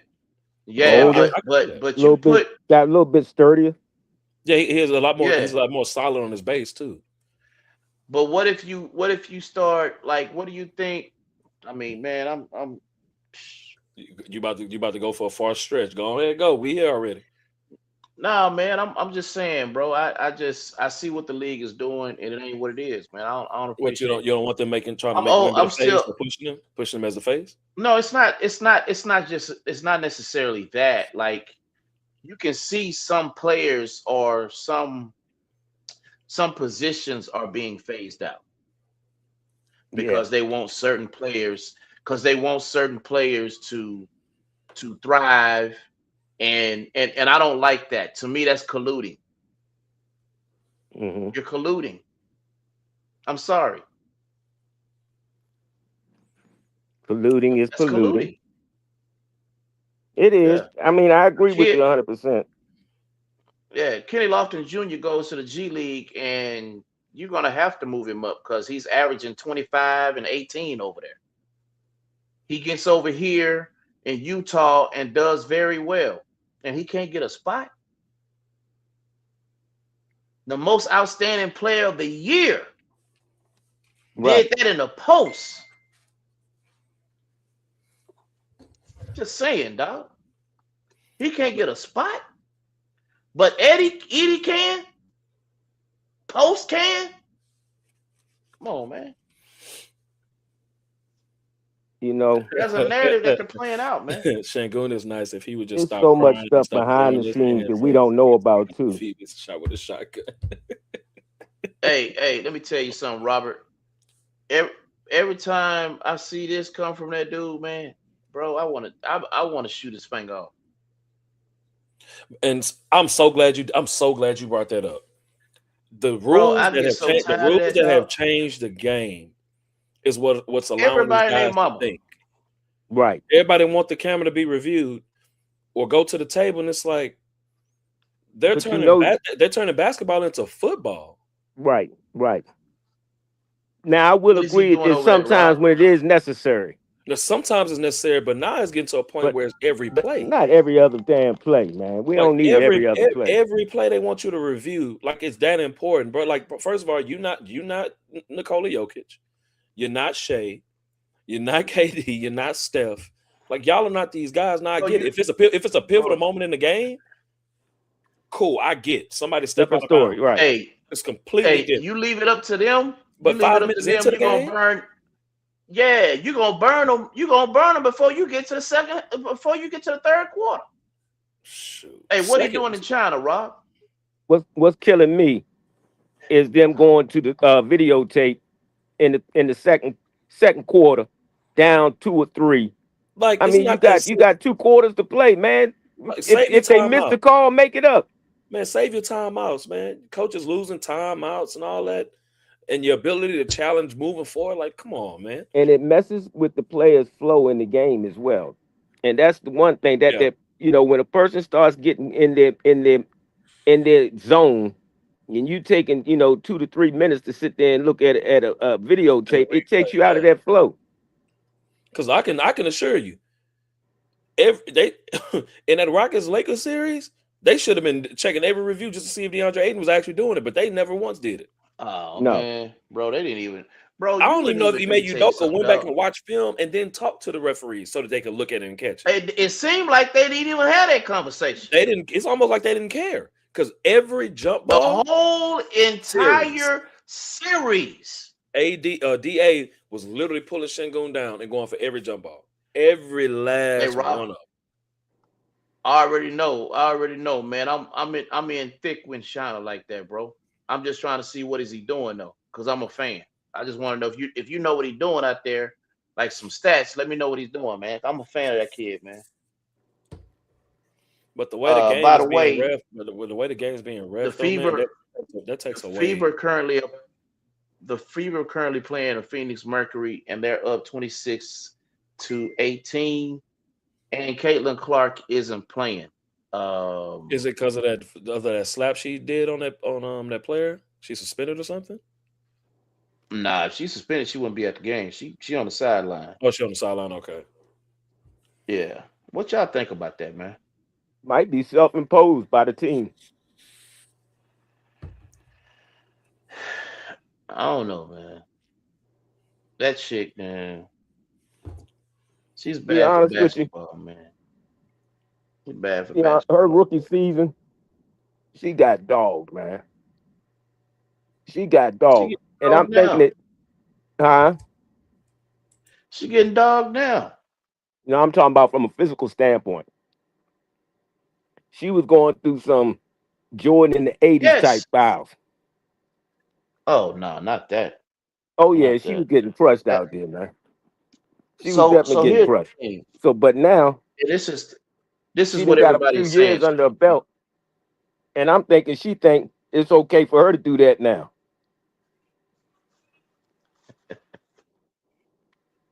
I mean, think about it, because that's what it looked like. She wasn't really going hard like that on folks. I mean, she was getting a little bit emotional about it, but she wasn't actually going hard. But here's the problem, bro. All right, so I'm a fan of the WNBA. All right, I've been a fan of the WNBA since we four-peated, right? Matter of fact, I just bought a women's basketball franchise that will be playing in 2027, July 2027. Let me share something with you, bro. It's rough to watch her, or you call it rough. I hear you, Rob. You say it's rough, or you say she's being treated kind of harshly if you just start watching the game. But if you've been watching the game before she got in the league, you understand that Plum been getting a business. Everybody, it's an equal opportunity employer, bro. It's not just Caitlin. I believe you. I mean, Angel. I'm gonna be honest with you, and the reason why I believe Angel, because I haven't watched as much of it. Angel Reese rookie season, the same chick that they had a problem with, that used Caitlyn as a stepping as a that used Caitlyn as a table to get up from. Um, um, you should have seen what she did to Angel Reese her rookie season. Flung her up, brought tennis shoes in the air and shoulders down. Do you hear me? Mm. But nobody said anything. Now the chick got kicked out the game. She got removed from the game. But did nobody whine? Everybody like, that was a hard foul. But life went on. The league is about as grimy as the NBA, but they're women. The problem is these new fans just start to watch, and they don't know that. They don't know what happened prior to Caitlin Clark. They don't. So they take a stance like what you just did. Well, I will say this, even from watching in college, they do let the Oh women man, that play a whole lot more. They do let them play a little bit more, as far as the they, bumping, grabbing, little stuff like that. and we talked about this about a month ago about Juju 27. She is coming out in 27. We talked about how we thought it was interesting. She skipped out her whole entire sophomore year to get her knee right. I But think if that was the she's right coming thing out to in do. 27, I think it was too. If she coming out in 27, she getting out early, huh? But she got 2 more years. Of eligibility, yes. Yeah. Y'all think she should stay or come back out or come out? I think that's going to be determined on how she feels about her game, where it's developed, if she's able to compete at the next level. If so, My why thing not is come out she's while she's still healthy enough to compete at that level? Because ain't no telling, well ain't no guarantees as far as college is concerned. I mean, to be quite honest with you, I was actually surprised. It just goes to show the sheer will, determination, and heart of D Wade to be able to compete at the level he competed at. He was busted, man, coming out of college. Rob, I I don't know about that one, dog. Um Unfortunately, she will. I mean, Olivia Miles is playing very, very well. Um, and as Robert just said, I was literally about to say that before he said it. The women are getting paid yeah, now, so we can't say it's about the money. not No, rookies. they're trying, but it's not Not just rookies. but it's not just the rookies though. Their game is expanding to the point where they're getting notoriety regardless to their age, their year in the league, and regardless how much money they're making. They're getting the notoriety now. And that's what Kobe Who's gonna Bryant, make the late great Kobe Bryant, unfortunately, with his untimely passing, that's what he was focused on doing, is helping expand the women's game. And so now that they're well getting paid, they're going to market who's going to bring my in and put assessment butts in the seats. my assessment on that is this: the CBA is been a great stepping stone. I think they're gonna knock it out the park with the next CBA. Okay, but Hmm. this one still has rookies. They're not millionaires yet. They're not even. They're barely making $100,000. My thing is kind of like what I brought up about what's his name, Harrison. That was the receiver for Ohio State. When they wanted to pay him $20 million to stay his senior year, and I told him to take it because you're not going to make that your rookie season. They're not the rookies aren't getting paid that much more, man. That they I think Angel Reese them contract is terrible. I think they were making like 83,000, 78. I think they were making 78,000. I think her rookie contract is about to be up. Her and Caitlin. But their rookie contract is not that great. Um, I would say get that NIL money, But if you come in the league getting some endorsements, because now they are making definitely money from endorsements. I know Asia is making a killing all of LA. But they're not. The rookies aren't getting paid as much um, as as the veterans.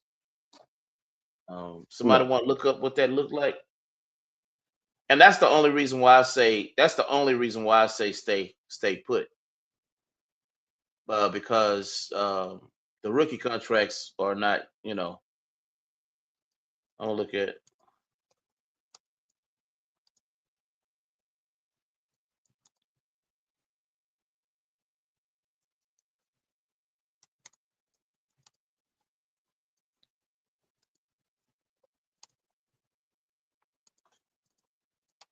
And I'm looking it up now. That's why it's kind of taking me long.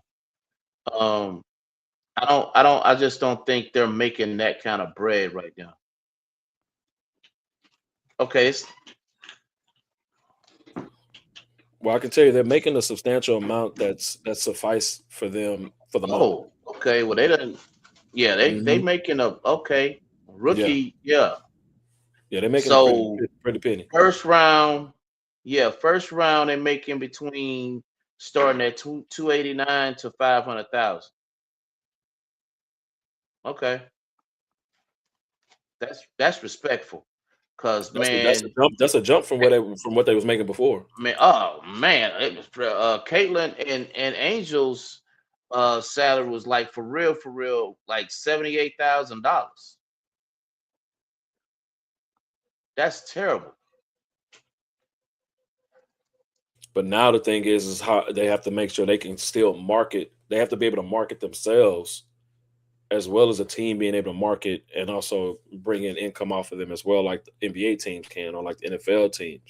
Because that's one of the biggest things is if your jersey sales, if you're not getting money off your jerseys or you don't have your own endorsements off the court, then that check is the only money you're bringing in. Unlike some of the athletes, like some of the guys who are on the bench are getting TV deals and endorsement deals on the side with other companies and other brands and corporations. Ooh.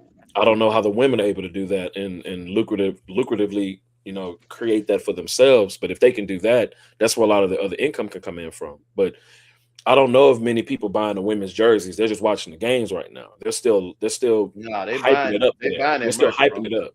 They buying it. Well, that's what some of the And other money is going to come from. Then in that case, that's where a lot of the money going to come from. Angel Reese, her current base salary is 350,692. That was what they say, it was readjusted after the CBA came out. So yeah, That's commendable. she on that. No, that's commendable. Yeah, so she's on that. Man, I'm gonna just tell you, man, I've been hearing some wild takes lately too, man. I mean, About just basketball in general. One one take and one question I'm gonna ask you guys since we're here.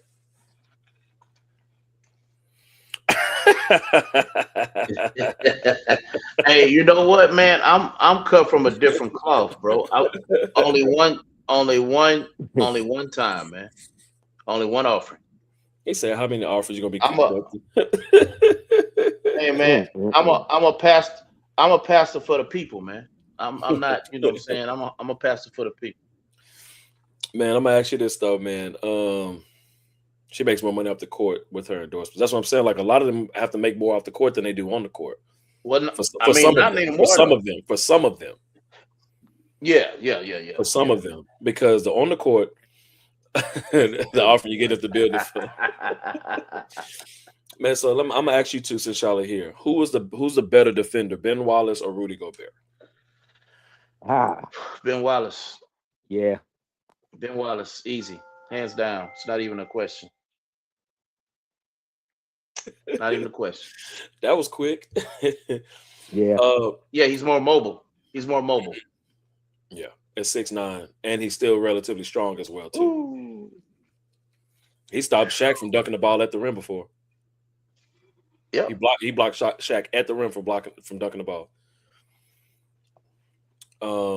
that boy at Virginia Union came from Virginia Union. HBCU. HBCU, baby. Hey, Hey, man, that's crazy work right there, though, Rob. Rob, that's crazy work right there. that's the building fund, man. That's I'm trying to crazy. tell you. Tell me what that offering for. Hey, Why Ben would Wallace you ever wasn't scared? at all, Yeah. at all. But his mobility is what puts him above Rudy Gobert. You know, I'm still Yeah, upset he that had a wingspan of 7'1", 7'2" as well. Long arms, man. Long arms. Ah, oh. All right. And who would you say is the better player between these two, between Vince Carter and Tracy McGrady? oh my goodness, man. Vince Carter and Tracy McGrady. Vince Carter. Vince, but Easy. man, I don't know, because Tracy wasn't easy, because Tracy was a dog too, man. Until it was time to get out that first round. Go next question. Hmm? Next question. Oh my God! Why did you do that? What Why about did you Brand do? Hill?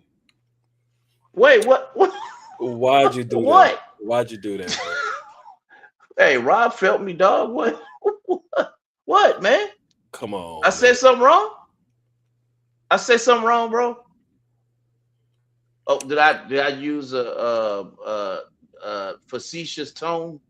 No, you didn't. I'm just Oh, okay. saying. I'm just come on, man. He said, "You laughing at you, trustee." What I do?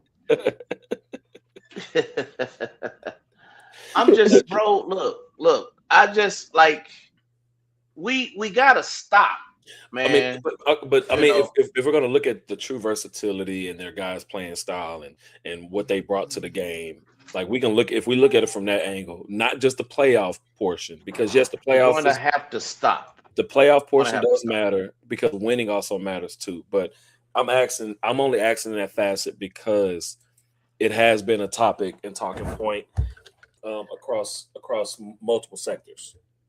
We're gonna have to stop. That's. I'm gonna have to put my foot down. Like we're gonna have to stop. Lord Jesus.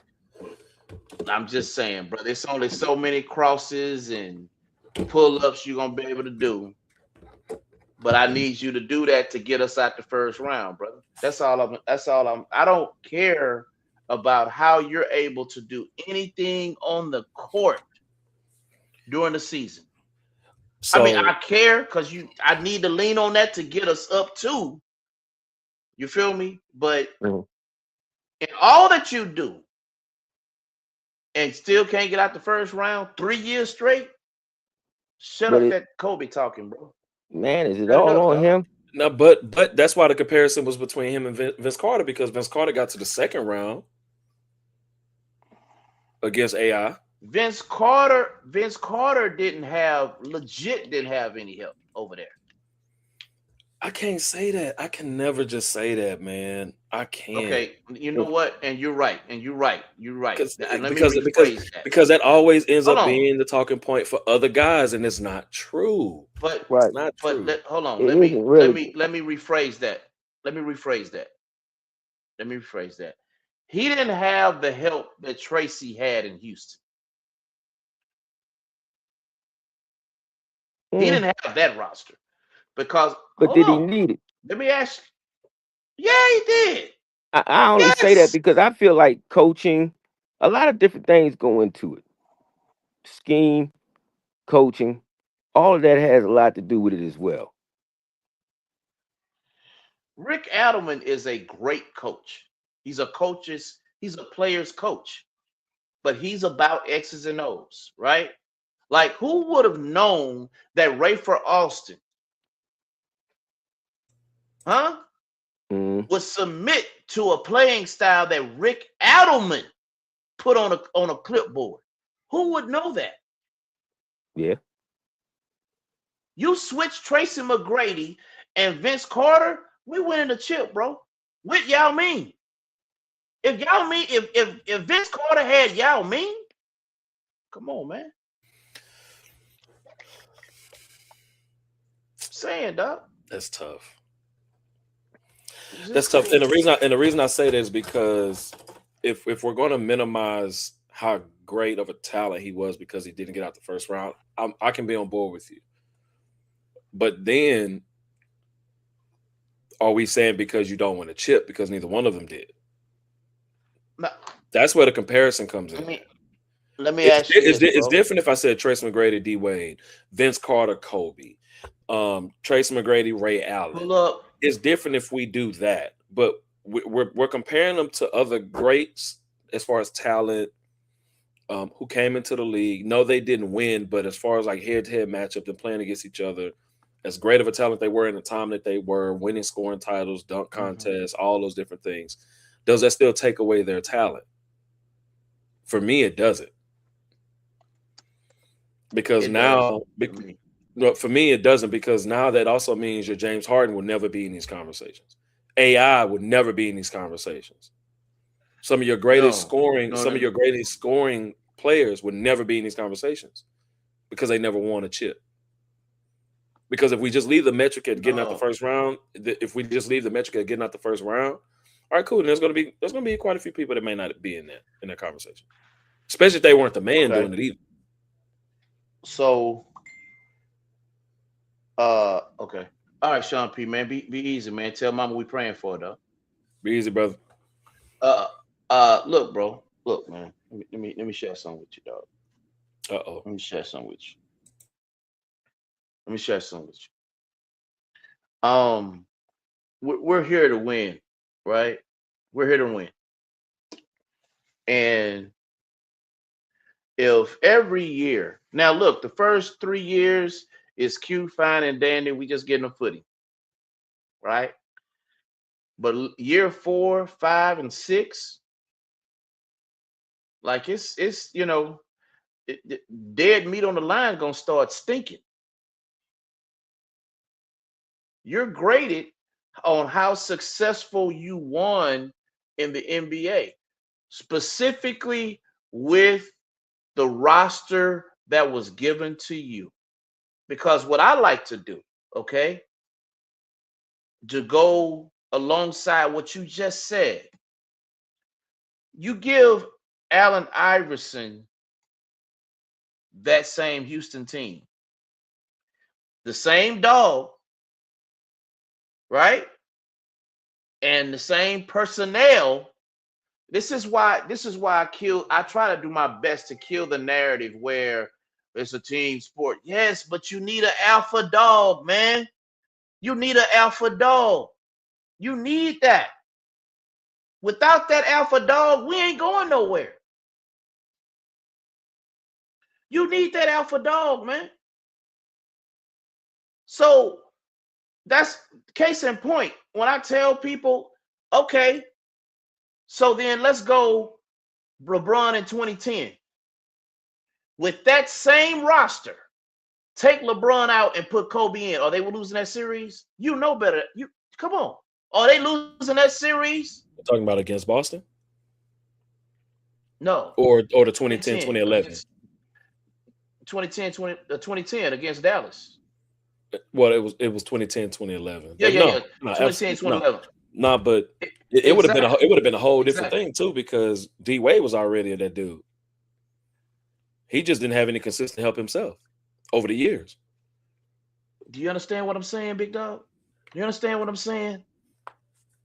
You start to look at people's fallacies, right? And what you were not able to accomplish. And then you know the trait of some players. Vince Carter was a dog. You put Vince Carter, you swap Vince Carter and Tracy McGrady. What we doing in Houston, dog? But I would only have to question that because it's also come out that Vince Carter didn't have that dog. He had that athletic ability. He's able to rise up on you. He's able to put the ball in the basket.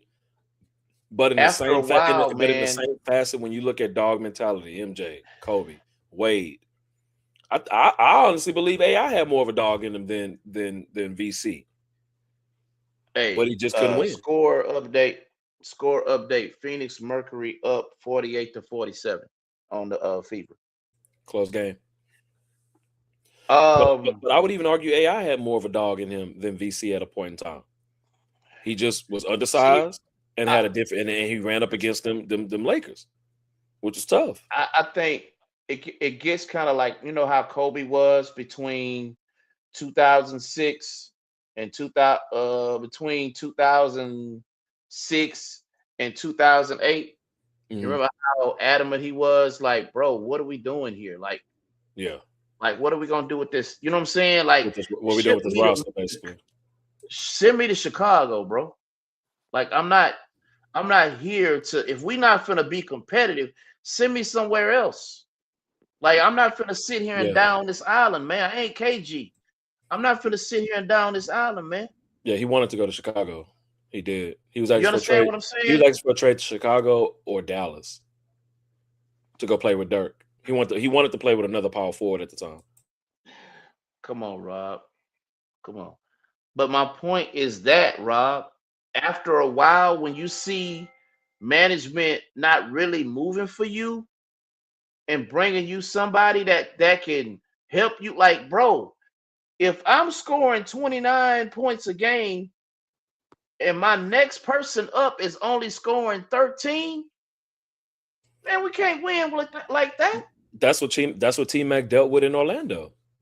He thought he was going to play with a Grant Hill who was supposed to be that next man. And just imagine, I would even say, just imagine if VC and Tracy stayed together. They could have been a 1-2 tandem. Nah, man. I believe they could have. Based on seeing what McGrady was able to do on his own, I wouldn't put it past. They definitely could have. They definitely could have, but McGrady wanted his own team.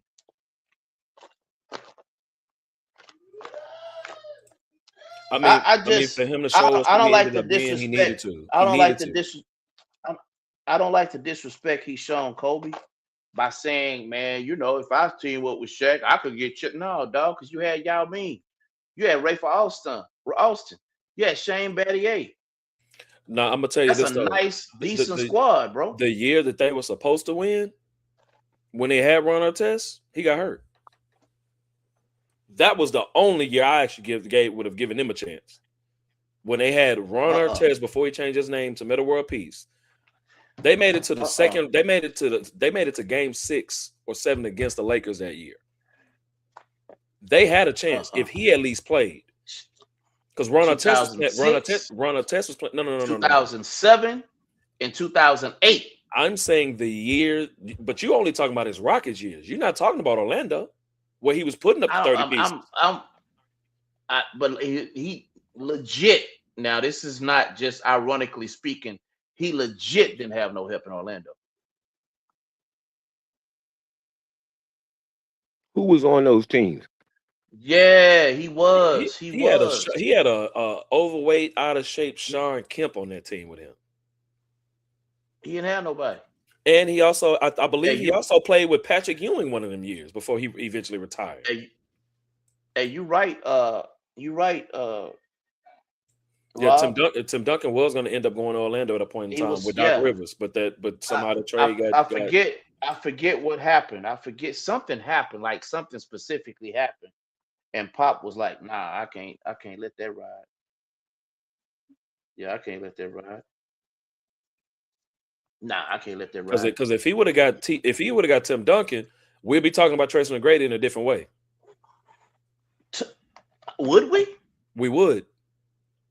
I believe we would. I believe we would. I mean, I just don't know. Bro. I just don't know if Doc Rivers' coaching style at that time, where the league would have worked with Tim Duncan and Tracy McGrady together. Because a two-man tandem, every coach did not have success with their two-man tandem in the sense of winning ultimately. They didn't, and we've seen it throughout history. I just, when you was talking about a two-man tandem, bro, for the life of me, I don't know why James Harden, at the same time I do know, wanted to move on from Dwight Howard. I would never understand that. But history has shown that that's just how he moves. He moves like that. Yeah, exactly. And which is why he hasn't won anything. and he'll never win anything. So you think, as of right now, based on James Harden's career currently, he is not going to win a championship by the time he retires, depending on when he does retire. Do you think he's at least going to play 20 years?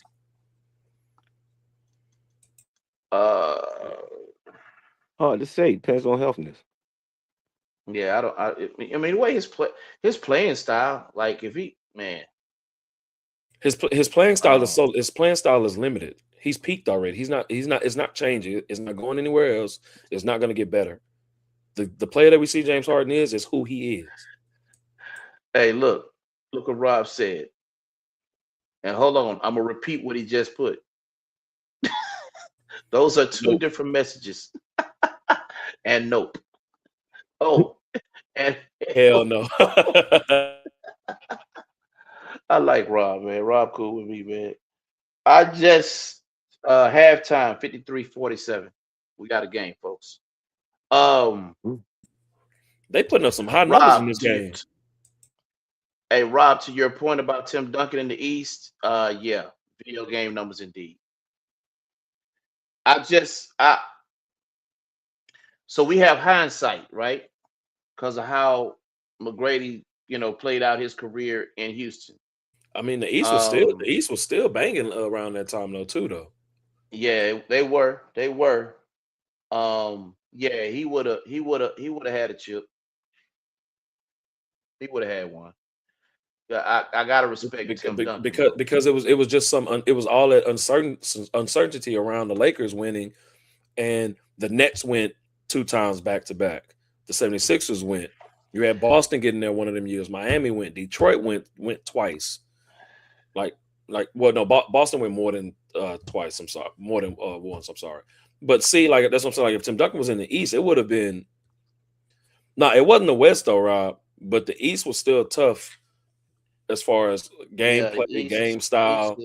The West just had about forwards, but yeah, we're talking about from 2003 to 2006 before he came to the Rockets. Yeah, it was some teams in the league. It was some good basketball being played during that time, bro. Yeah. Indiana Pacers was still nice. Mm-hmm. It was like the Heat was still on the rise. KG wasn't in the East. I don't like the disrespect. I just don't like the disrespect McGrady showed Kobe, bro. Cause see, I remember those frustrating. I remember those frustrating series. Like, I mean, I remember them, man. He just would shrink, and it'd just be Yao Ming. Or they both was hurt. Or they both was hurt. Well, I mean, Yao Ming just his. So the NBA is at that time was a physical league, right? And so Yao Ming came into the NBA so frail.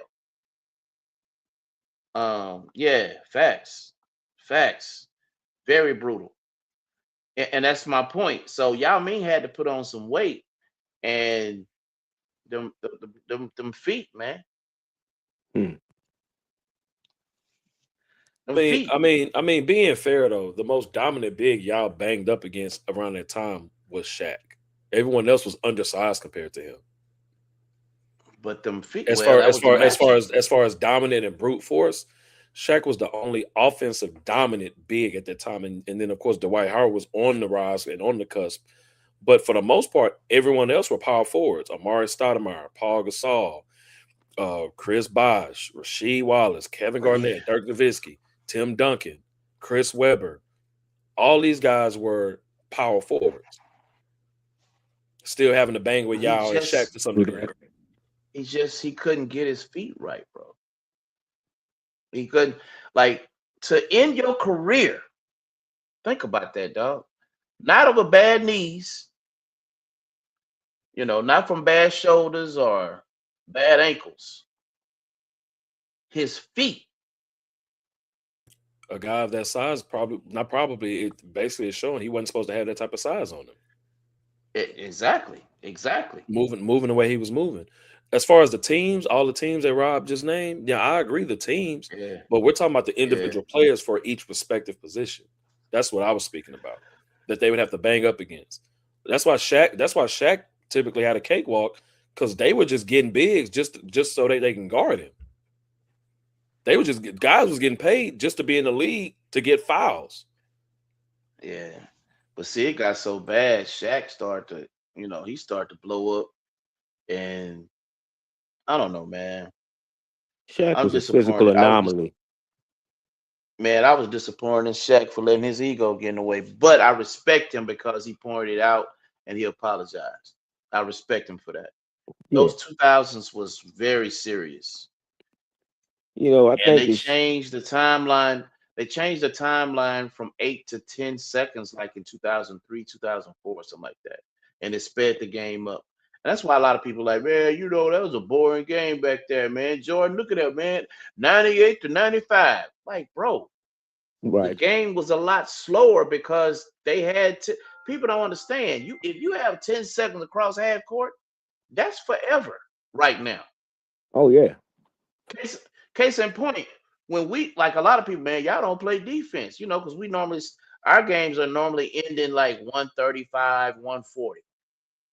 But that 1 second in the ABA, you have 7 seconds across half court. What does that do, Ace? That adds 20 more possessions a game. Yeah, speed you up. Definitely speed you up because you have to get the ball across court a lot quicker. So because guys already be on the border. They already be on the border of not making that 8 second. Yeah, on the cusp. They be barely making it, and it's like the referees don't even be caring to watch the shot clock. That was exactly my point, Rob. That was my point. I remember that Georgetown press back in the day. Ooh, John Thompson was notorious for it, dog. Mm-hmm. Oh my goodness! Oh my God, Reggie Williams and Wingate would eat. Do you hear me? Man, would eat. Absolutely. That was something that other teams began to use as a means of trying to, to press and create, steals and opportunities on offense by playing heavy. Man, I'm trying to tell you, boy, he had a monster when he came up with that full court press, man. Oh my God. Could you imagine that in today's game? Man, look, with 8 seconds, I think honestly, are they still playing with 35-second shot clock or they moved it down to 30? Is it 30 now? Who in the NBA? College. Oh, college. No, I think it's 30. I don't recall it being 35. But let me check to fact check myself. It was 35 at one time. It was forever. Like that's too long. Like when you change times like that, and you make people think. You make people think, man. I have a couple of rookies coming in, and I got my nephew coming in, and yeah, it's 30 seconds. It's 30 seconds. Yeah, it was 35. But my only concern about my nephew coming in from college to pro is the fact that the game is, it's the speed of the game. That's what I'm concerned about. And I told his father, like, I'm very concerned about that because our game is a lot faster. We play at a much faster pace. And watch this, the IQ has to maintain. You know what I'm saying? The IQ has to maintain. I've seen a lot of kids come out here, man, and try to play at that pace. And then they next thing you know, they travel. Looking for who to pass. They travel. Slid your pivot foot. I would like to see college move the timeline from 10 to 9. I would love to see that. I think March Madness would be out of pocket if that would happen. Not 8, because you're not pros yet. But 9? Oh, man. Because right now, bro, you can tie your shoes, fasten your belt, put deodorant on. It's forever back there, man. And I'm just the opposite. What? I want to see them put on take up more of a pro style approach to it. Mm. Oh, 8 seconds? Yeah, I'd like to see that because it would prepare them better for what they're getting I ready to think take ahead. 9. I think 9, and if you look, the women have already changed to 4 quarters in college basketball.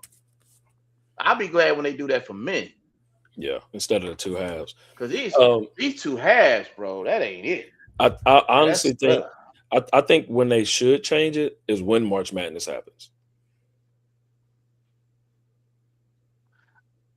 no, I don't want to see Because that. because think about it.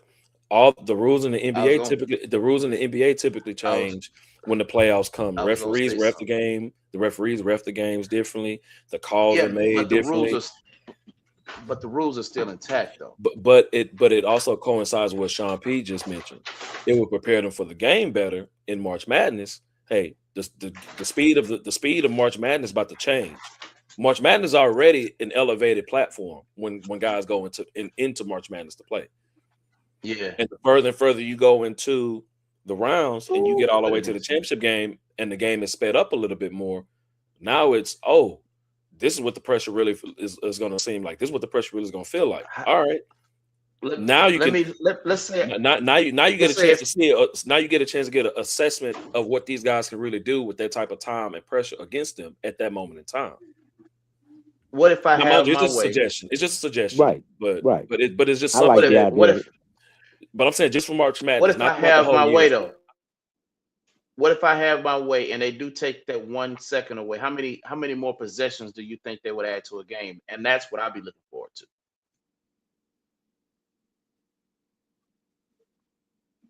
Yeah. Ah man, it's too slow. It's too slow. No, I'm not. It has the college feel. He's right. It's just I'm only coinciding with what Sean P said. Because basketball's changing. Basketball's changing on all levels. So why Yeah. not allow the game to change on the grand stage that we know that these guys are going to have to come in and play at this pace anyway? Right. They're going to have to come in to learn how to play at this pace. Why not do it on the grand stage of them all? And that way it can showcase and show you who's actually ready for that pace, that way of getting up and down the Nah, I court. don't man, don't cheat me. The backcourt violation being picked up a little bit more. Like, hey, you got to get up the court now. We can't hold the ball. The Right. rules change with March I You Madness. gotta move. You gotta go. You gotta roll. but don't No, cheat once me again, this from a is whole season. I would love to see a whole season of that. Is what I'm saying. Yeah, I would Don't too. cheat That's me what I'm from saying. the I whole would I like. mean, the season. whole season to be cool. I just threw it out there for March Madness because this is where you're going to start seeing your guys that's going to be getting ready to want to be going to the draft and leave and leave school early and stuff.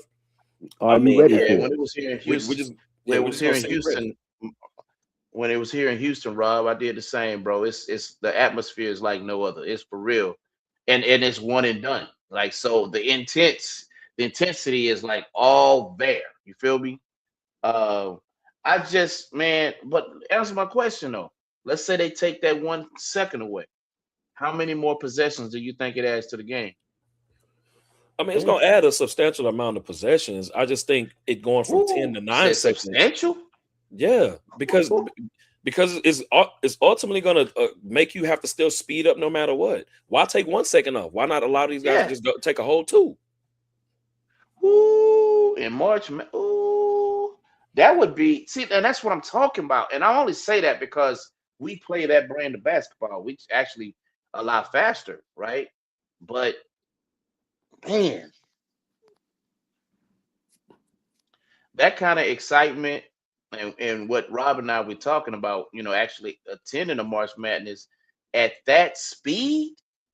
The only reason I say 9, the only reason I say 9 is because you don't want to give it all away, right? You don't want to give it all away. You're not pros yet, so no, thank you. 9. Some That's of them why I making say it 9. if they making the NIL money, yeah, they are pros in their mind. Absolutely. So might as well let them play Now, like it for real. the competition tells you that. But the thing, Competition but, tells That you and that. all these one and dones.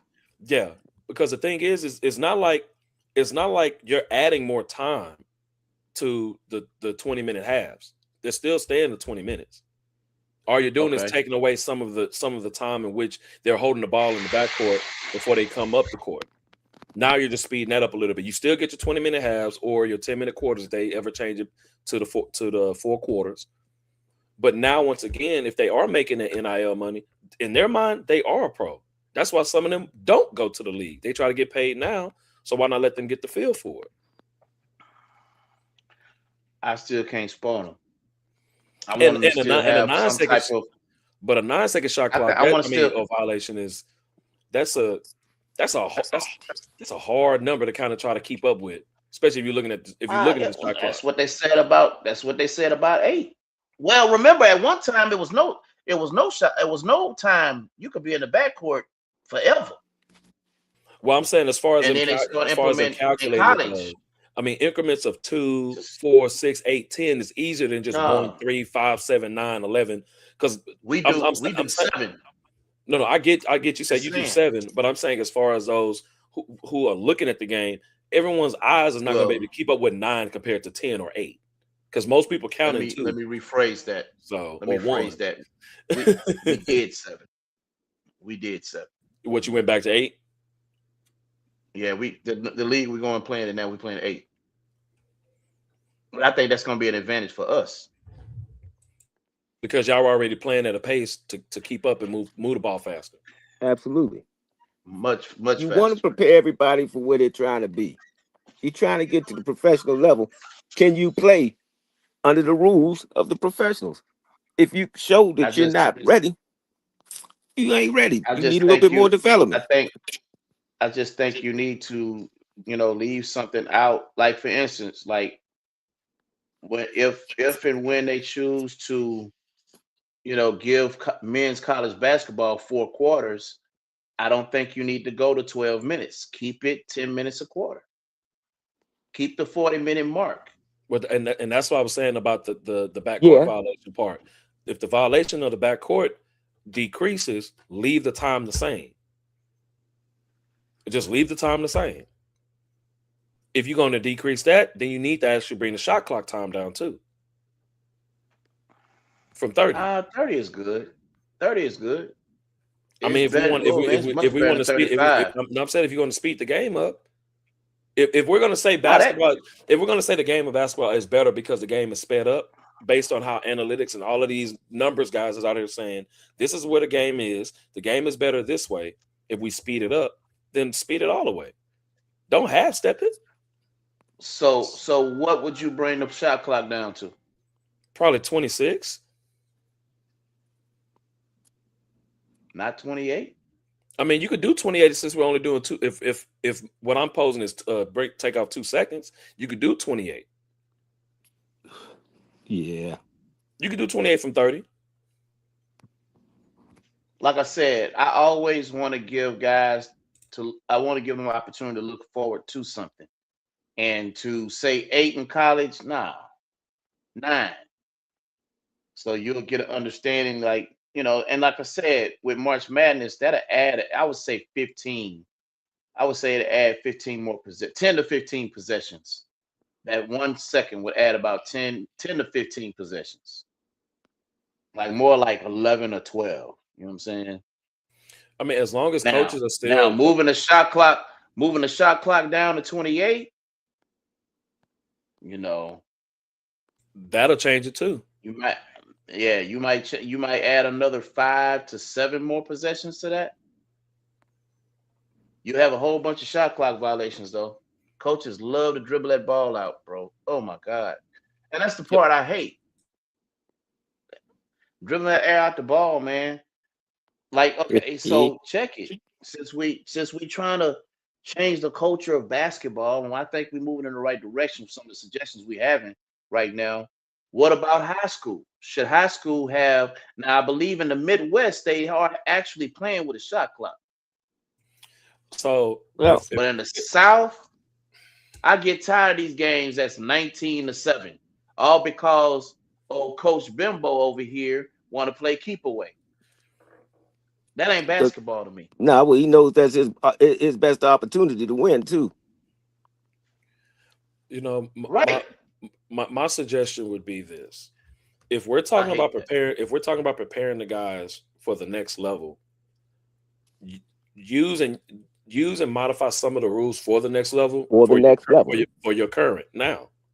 Exactly. Which is why we brought up from the NBA to college to high school.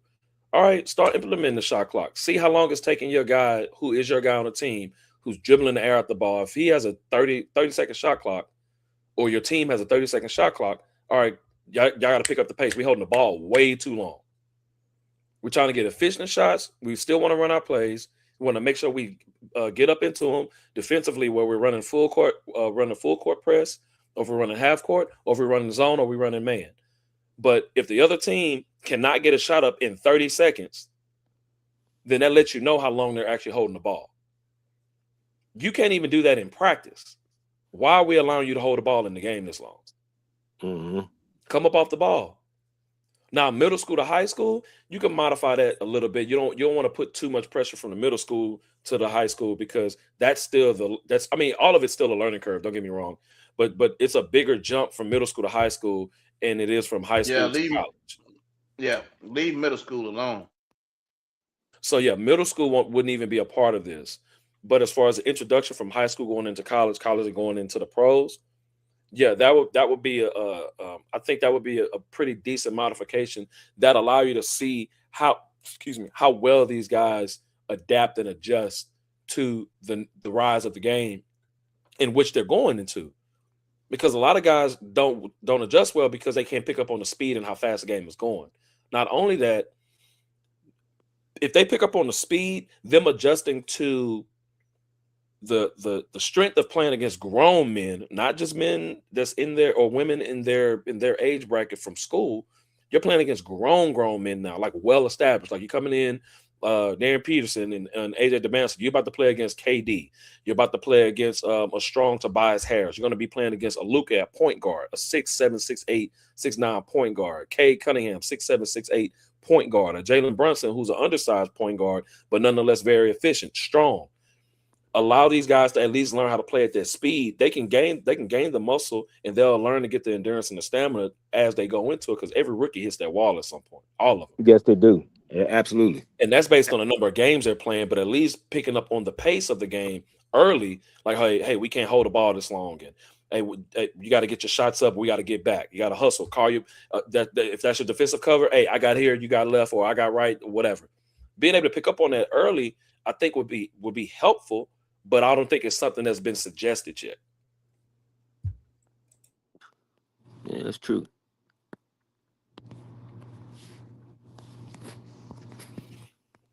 And to be fair, and to be fair, if these guys go ahead and get that, a player would really show their true stock to the teams who's going to their workouts. They'll get a chance to get a full stock of oh, he's really NBA ready. Right. Like you have some guys who you can kind of just pinpoint and see, oh, he's good. Oh, no, he's going to be ready. I don't really know. No, we're not going to go with that pick. No, you'll get a chance to see a flood of guys who you can see can adjust to how the game is going. Like you'll get a full-on sample size of it, if at least that suggestion was at least looked upon.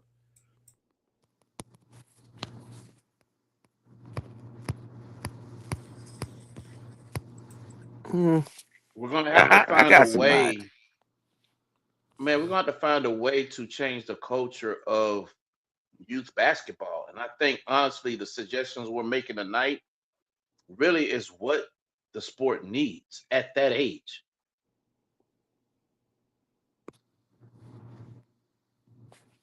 Yeah. But again, implementing small things to kind of simulate the next level that you're trying to get to will help them develop better for that level. Yeah, because you'll only be able to see so much in an actual tryout or a workout than you will against other pros or other guys that's in your class that you're playing with, who's under the same measuring stick, right, of the NBA in an actual full-on game. Now, granted, we have summer league, and you have like individual pickups that these guys have, and they get a chance to showcase some of that here and there.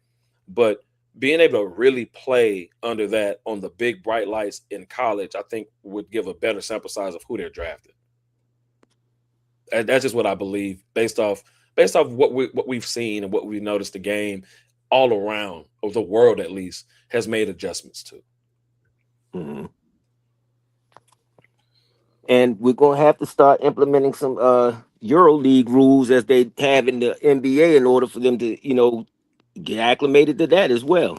Oh man, that's a whole different conversation right now too, man. Because I'm so glad you brought that up, because there was a conversation of who's made the most changes to the league, out of the GOAT conversation, all those different things, and that's one thing that LeBron James had brought up. He wanted the league, he wanted the Euro League rules to be brought to the NBA, and with the Euro League rule, one rule that he actually really wanted to have is the tip off the rim, Right. because that can allow you to goaltend. I think that would just be problematic in the NBA.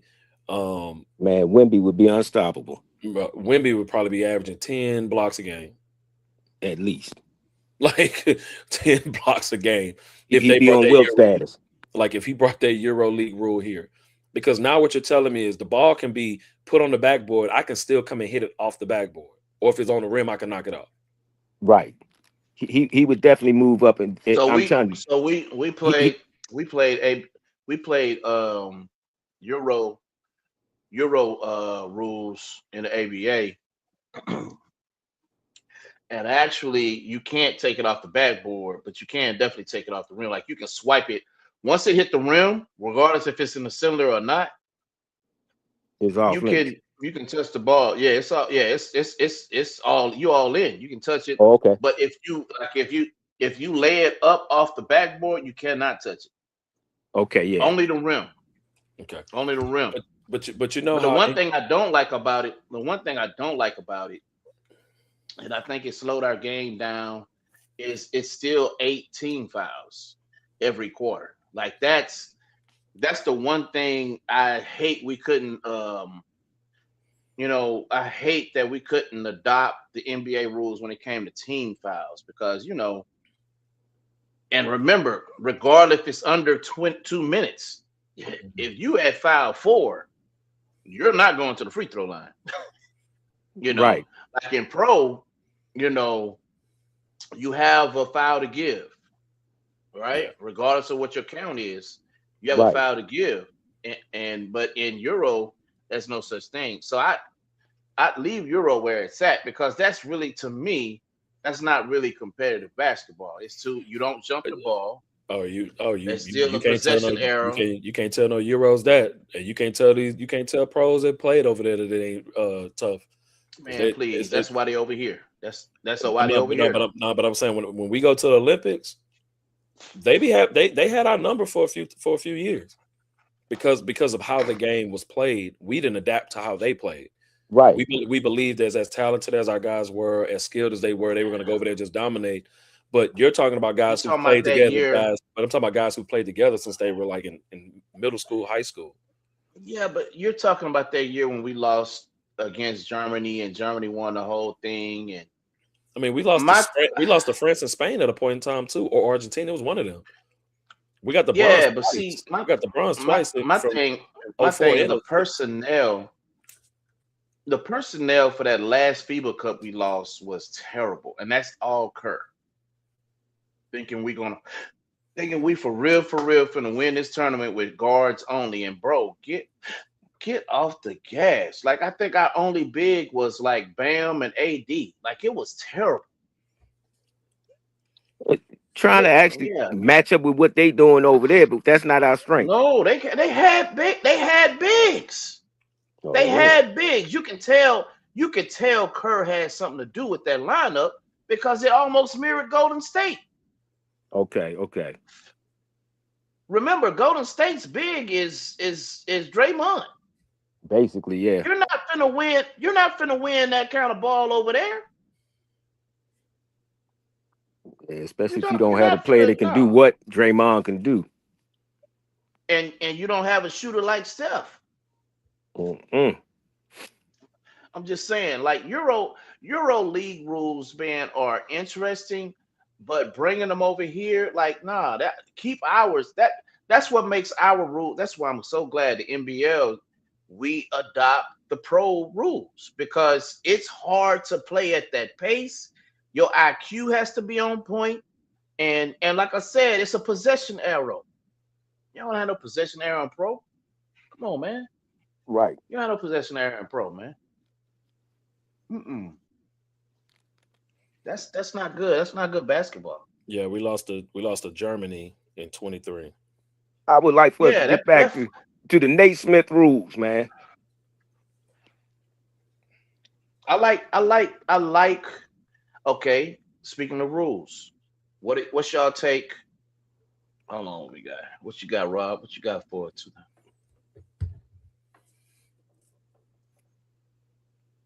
Yeah, Yeah, that was no game. I think yeah, wasn't it that's Larry Brown? Larry Brown. Yeah, Larry Brown. yeah, Oh it was God, 2004. bro. 2004 for the Olympics, and then 2006 for the FIBA, and then in And 08 is I, when I it, in love 08 Larry is when they Brown. got Kobe. In 08 is when they got Kobe, I love Larry Brown. I love and a Larry healthy Brown. D Wade. But y'all know a butt is coming. I Jeez. love Larry Brown. But he was But terrible. He was terrible for our country to represent. that's You kind of the cannot sport. coach. Yeah, You cannot ego coach when you're playing for your country, bro. And he did that both times. And what did we end up doing? Winning bronze both times. times. Yeah. Who was it 59, that kept 51, Mercury. the rookies on the bench? Larry Brown. That Larry was Brown. Yeah, that was the year. That was the year when Melo, Wade, Bosh, and Brown were drafted. Bosh wasn't on that team, but those three guys were coming in. Right. That was terrible. And that was horrible. That was terrible. Yeah, That was terrible, man. and those guys even cannot- those guys even spoke about it, how the other guys were getting the minutes and the time because they were well established, they were talented, they had the name and all of that. Like Stephon Marbury was on that team, I believe AI was on that team, Tim Duncan was on that team, Elton Brand, Antoine Jameson, all these guys. I think even T-Mac was on there at a point in time. Like all these guys were on that team. Vince Carter was on there too. KG was on there because I remember them on the 2000 team. It wasn't about who was on the team. Imagine had you allowed those young guys to play, the rest of the veteran players would have got and been able to have down the stretch. Yeah, but that kind of shows. That kind of shows. Go ahead, Rev. No. It just Larry Brown, bro, was terrible. But that goes to show that not every coach knows how to coach talent or talented players into buying into their role. Every coach can't do that.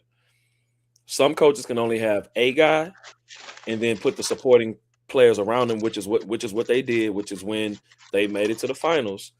But he didn't win his chip until he went to Detroit, and they were some of those guys were stars, but they weren't superstars. They were superstars in their role, but they weren't like. Is that the year that the Wizards won the championship for Detroit? Man, what? What you say? When they had Rip Hamlin, Ben Wallace, but you said the Wizards. Yeah, because it was about 4 former Wizards players ended up going to Detroit and won a championship. Oh, that's what you. Okay, I get what you mean now. Yeah. That was Rip Hamilton, Chauncey Billups, Tayshaun Prince, Rasheed Wallace, Ben Wallace, all in the lineup. Then you had your guys come out the bench: Lindsey Hunter, Antonio McDyess. Bro, you had a plethora of guys come on that squad. Darvin Ham. Yeah. You had quite a few guys on that team. Yeah. Did they have Lou as well? I don't know. They didn't have Lou, I don't think. Lou. No. You said Lou? Lou who? No, I wasn't Lou. I'm trying to think of who was out there in the backcourt with Hamilton. It was Chauncey Billups. Okay, yeah. Yeah, it was Chauncey Billups. Yeah, they had 4 players that were productive and very instrumental in winning that championship that had come from the Wizards. And I'm like, man, the Washington Wizards just won the championship for the Detroit Pistons. Yep. Shoot, Darvin Ham was on that team. Lindsey Hunter, Mike James, Darko Milicic, Mehmet Okur, Bob Sura, Chucky Atkins. All those guys was on that team. There's a couple of guys I really would have liked to see get in the finals and have a chance and really giving it a go. I mean, AI, he had his opportunity. Who's your top 5 who you wish at least got a chance to, if you're saying at least get into the finals, who would you wish at least actually win a finals? Okay, if you haven't got there, I would have liked to see Patrick Ewing get one. Okay, that's Patrick Ewing As for a, sure. yeah, I'm a University of Maryland guy, but I've always respected Georgetown basketball and John Thompson. Man, he got to the Yeah. finals twice though. He just couldn't get it Right. against Hakeem and then Tim Duncan. No doubt. Stevie franchise. Ooh, Steve franchise, man. He Woo. played for Houston, of course. He played for Orlando, and I believe he played for the Knicks for a little bit. And I would definitely love to see Bubba Chuck get one. Oh yeah, yeah, for sure. You got two more? I'm working on it real quick here. Because it's a few of them. It's a few of them. Quite a few. I would have liked to see Barkley leave out with a championship. I was gonna say, man, you took one of mine. And although you said two more, I got it. Malone and Stockton, man, the team. They well, they're a tandem, so that passes. Yeah. that count. That's gonna count as one. I would have liked to see them at least leave out with one.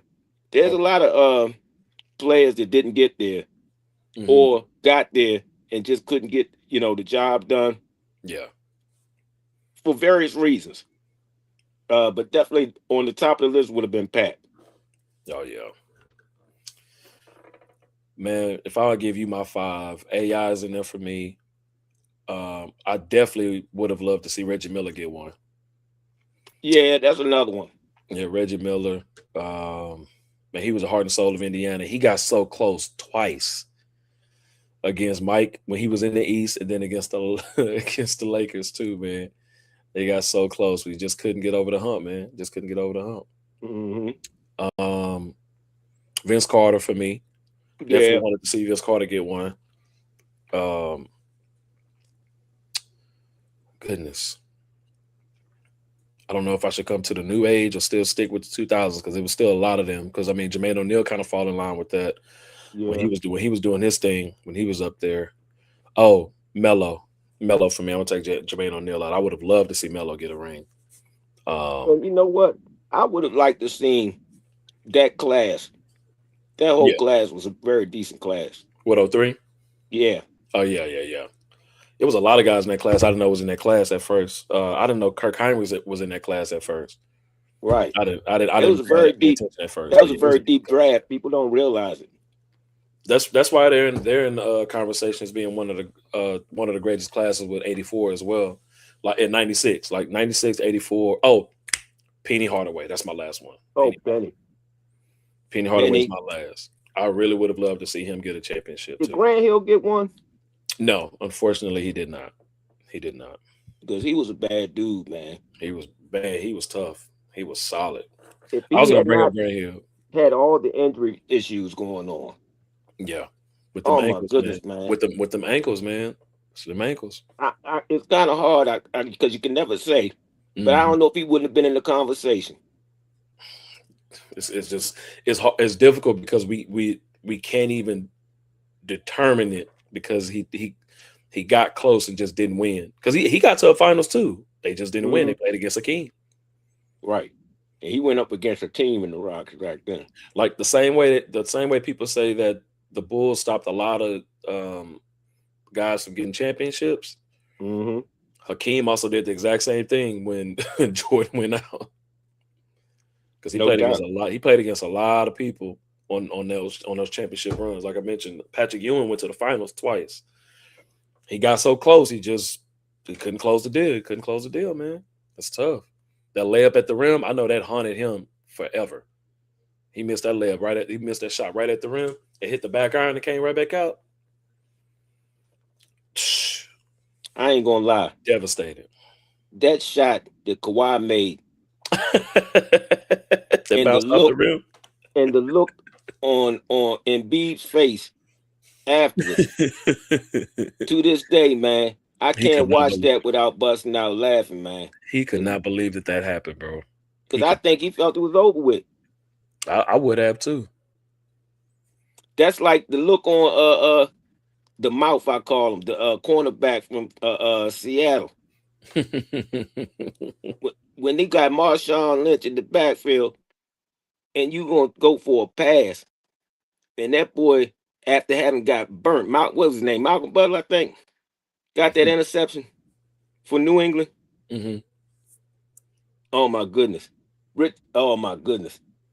Great football player, but he had too much mouth. I can't stand cocky, braggy type people. And that look on his face of utter, not just disgust, not just shock, but just like Disappointment. everything all wrapped up into one. He didn't know whether to scream, shout, cuss, cry. Just the whole feeling of it all was just there. Yeah, Richard Sherman. But I really felt like Seattle, and I would, especially Marshawn, I really would have liked to seen him won that joint, man. Man, these we talk about some great players, man, from all these sports, man. I just got to ask you, since we were on the topic of guys who never won a championship, and I brought up Melo as one of my guys who I would have loved to see win one. Yeah. Do you recall Melo ever being a top 5 player in the league? And if so, what year? I don't know that I recall it, but it doesn't mean that he wasn't. Mm-hmm. You know, Mike took a special liking to Melo and even broke down to him how to get his points, man. The easiest You way. ain't gotta try to go out there and get it all at one time. Yeah. Pace yourself. And, you know, Melo talks about that all the time. Yeah. And he was one of the prolific scorers. Yeah. He was a good basketball player, just period. Yeah. If I'm not mistaken, he won the championship for Syracuse, right? Mm-hmm. Yeah. Yeah, he ended up leaving college on the championship run. Right. He had one of the best college championship runs ever. No doubt. And I would have definitely not been mad had he won one. There's a lot of players, as I go back and think about it, I would have liked to see Wilt win more. Mm-hmm. He was such a dominant force. Yeah. But when really you could shut everybody else down by shutting Wilt down, that's bad. Yeah. Yeah. Because that's what it boiled down to. And it stands against his legacy, you know. Mm-hmm. The only thing I can say about Wilt is he actually shut Mike up at the 75th anniversary. Or was it the 50? 50. Was it 50 or 70? Yeah, 50. You're right. It was the 50th. And that was kind of funny because I'm going to tell you something. Love watching Mike play. But as a person, man, he's not a great dude. I've had a couple of opportunities, even when he was younger, and I was much, much younger too, and still had hair. He was not a people person, man. I'm gonna tell you, Mike was not a people person at all, man. He wasn't. I can't even say it, but it ends with whole. No doubt. You know, a lot of people said that about him. A lot of people even said that. A lot of people even said that about Kobe too. Yeah. But I think that as far as a basketball player and separating their persona from basketball to the real them, yeah, I think that was just a little hard for him to do, because no matter what they did, as long as they showed you results, they didn't care about being liked. Right. Which is cool to a degree. Right. But you gotta understand, man, you got a whole nation, really world out here trying to be like you. They got commercials to be like Mike. If I could be like Mike, and then you actually meet Mike, and you like, man, I ain't never trying to be like Mike. He's a jerk, man. What the hell? Yeah. And honestly, I think that's just some people's moments that they met him. Now, you know, heavy is the crown, you know, who has to wear it. Right. But at the same time, I just believe that, and as Spears is saying now, Mike is just now starting to come around to his people. I think he always has. He's just all, man, that spotlight is hard. It's difficult to try to navigate through it. You can't even go take a piss without somebody trying to be in there with you or get an autograph. And it's like just understanding, having your own time and space to yourself. He probably didn't realize how big of a person he was becoming until it happened, all because of basketball. And he came out of college and he spoke about it. Well, I mean, he probably was, but I believe his confidence was definitely more on the arrogant side, as some people would see it. But he backed it up on the court. It's just backed it up on more than the court. He backed it up in every pickup game, every practice, every He made sure you opportunity he knew. had to compete. He made sure you knew who you was dealing with, basically. Right. And but to separate that for the interpersonal side of him is he what he couldn't do didn't. He didn't do that well. he We could could just not say do that. it. I'll never forget the story with Chamillionaire. Yeah, that didn't sit well with me either. That didn't sit well with me at all. You know, that was crazy, man. That was crazy. But the Man, beloved, I mean, but the beloved king himself have had moments. But the only problem is that we're in a social media era that you can actually see it visibly. It's like LeBron's like, no, don't come up to me, no, stop. And it's like, why is he talking to the fan like that? But of course, context matters. If if we're only getting a snippet of his response instead of what actually happened leading up to his response, Right. like that, like the Tigger video going around of him just trying to get his phone from his then wife or whatever. Right. All we're seeing is we only seeing the backlash of it, but we didn't see what happened prior to it. Now the son of the woman is recording this going on, and of course everybody's making skits and making different videos in regards to what's going on now. But it's like we don't get the initial action for us to see this reaction. Right. It becomes unfair for that person. But no, I agree. It's a lot of stories out there about MJ, about Kobe. It's just now starting to get stuff about LeBron for him to be such a likable guy. But I also think he's only doing that to try to have a persona similar to Kobe and MJ off the court, as far as like trying to show you that I'm not talking about the GOAT debate anymore. It's not about me. I'm letting my fans talk about me now. MJ and Kobe never was talking about it that way. Well, true and not true. Not so much Kobe. You never really heard that stuff coming from Kobe. Mike, he knew he was the greatest. Trust that. He carried that. But because who could deny him? That at that particular point in time that he did his interview, he was sitting on top of the world. You know what I'm saying? He had just three-peated. It's hard to tell him that he wasn't. It's just that simple. And yeah, he had his quirks. Everybody has their demons that they have to deal with. But when it came to basketball, he was both the most exciting and most frustrating person on the court during the same game sometimes. But when he was on, it was nothing like it, man. It was nothing like it in the world. And, I went to school at the University of Illinois, Urbana-Champaign, and I was on the football team. We would get tickets. They always made sure we had tickets to the games. Man, to see him live, oh my God. I don't even have an understanding, do I? Oh my God.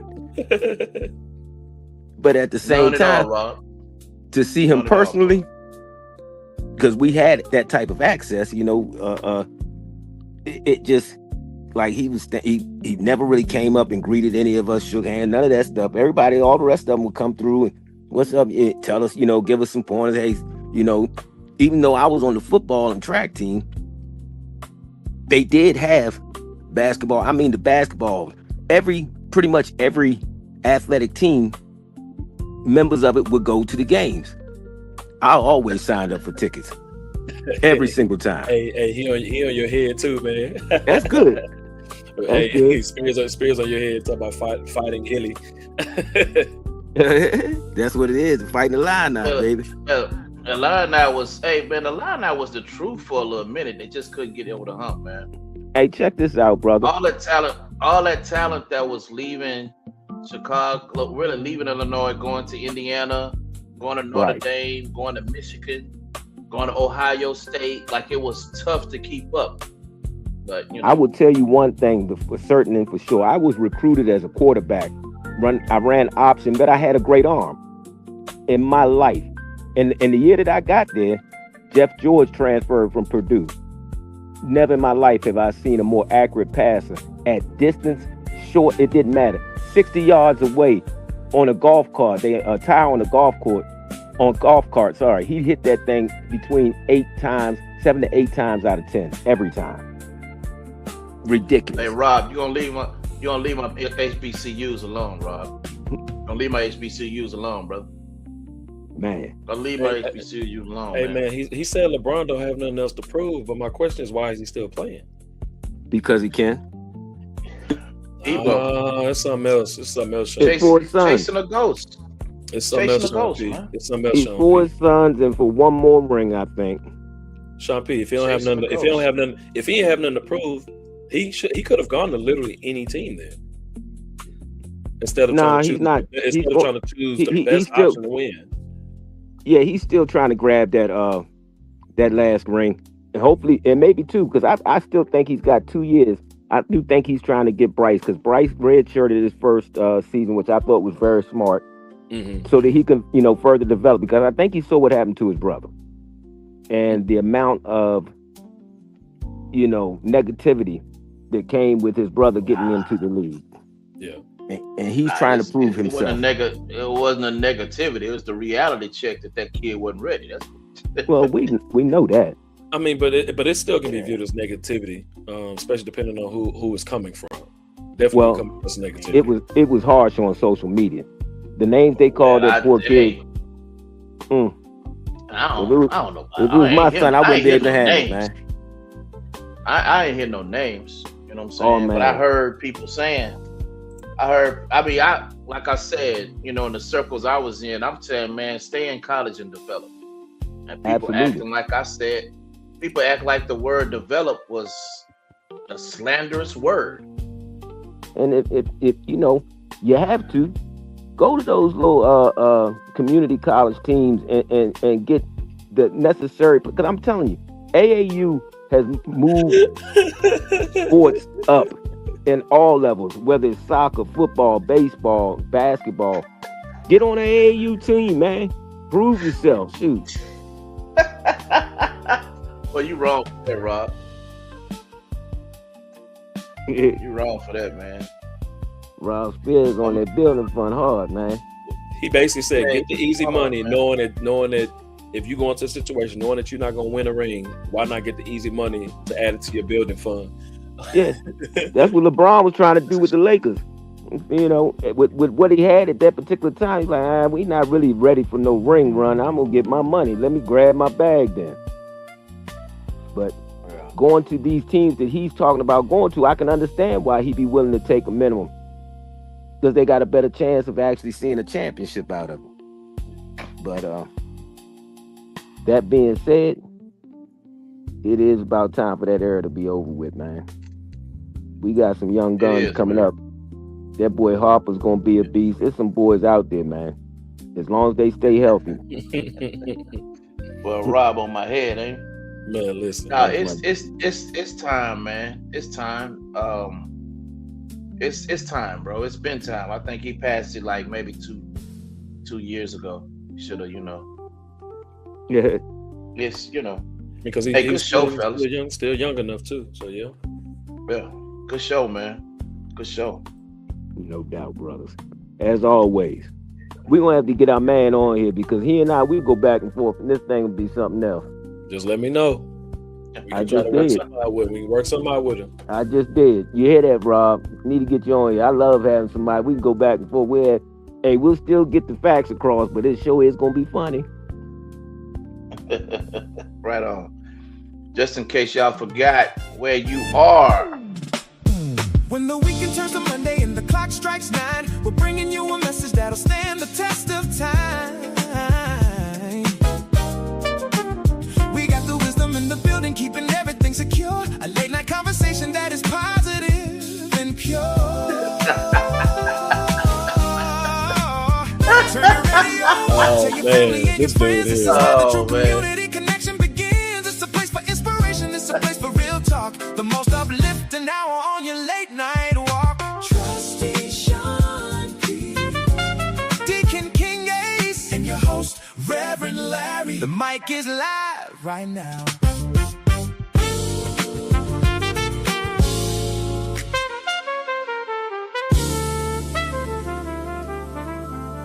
Hey, man, look, we appreciate y'all being with us tonight, man. We'll be back Monday. I will have to head out tomorrow. I have to do the eulogy for Eric on Saturday, so I'm heading up to Memphis tomorrow, man. But nevertheless, I appreciate y'all giving us love tonight. Rob, big shout out to you, man, keeping us entertained in the comment section. Hey, we'll be back at it on Monday. Appreciate y'all, man. God bless you and good night. Yo.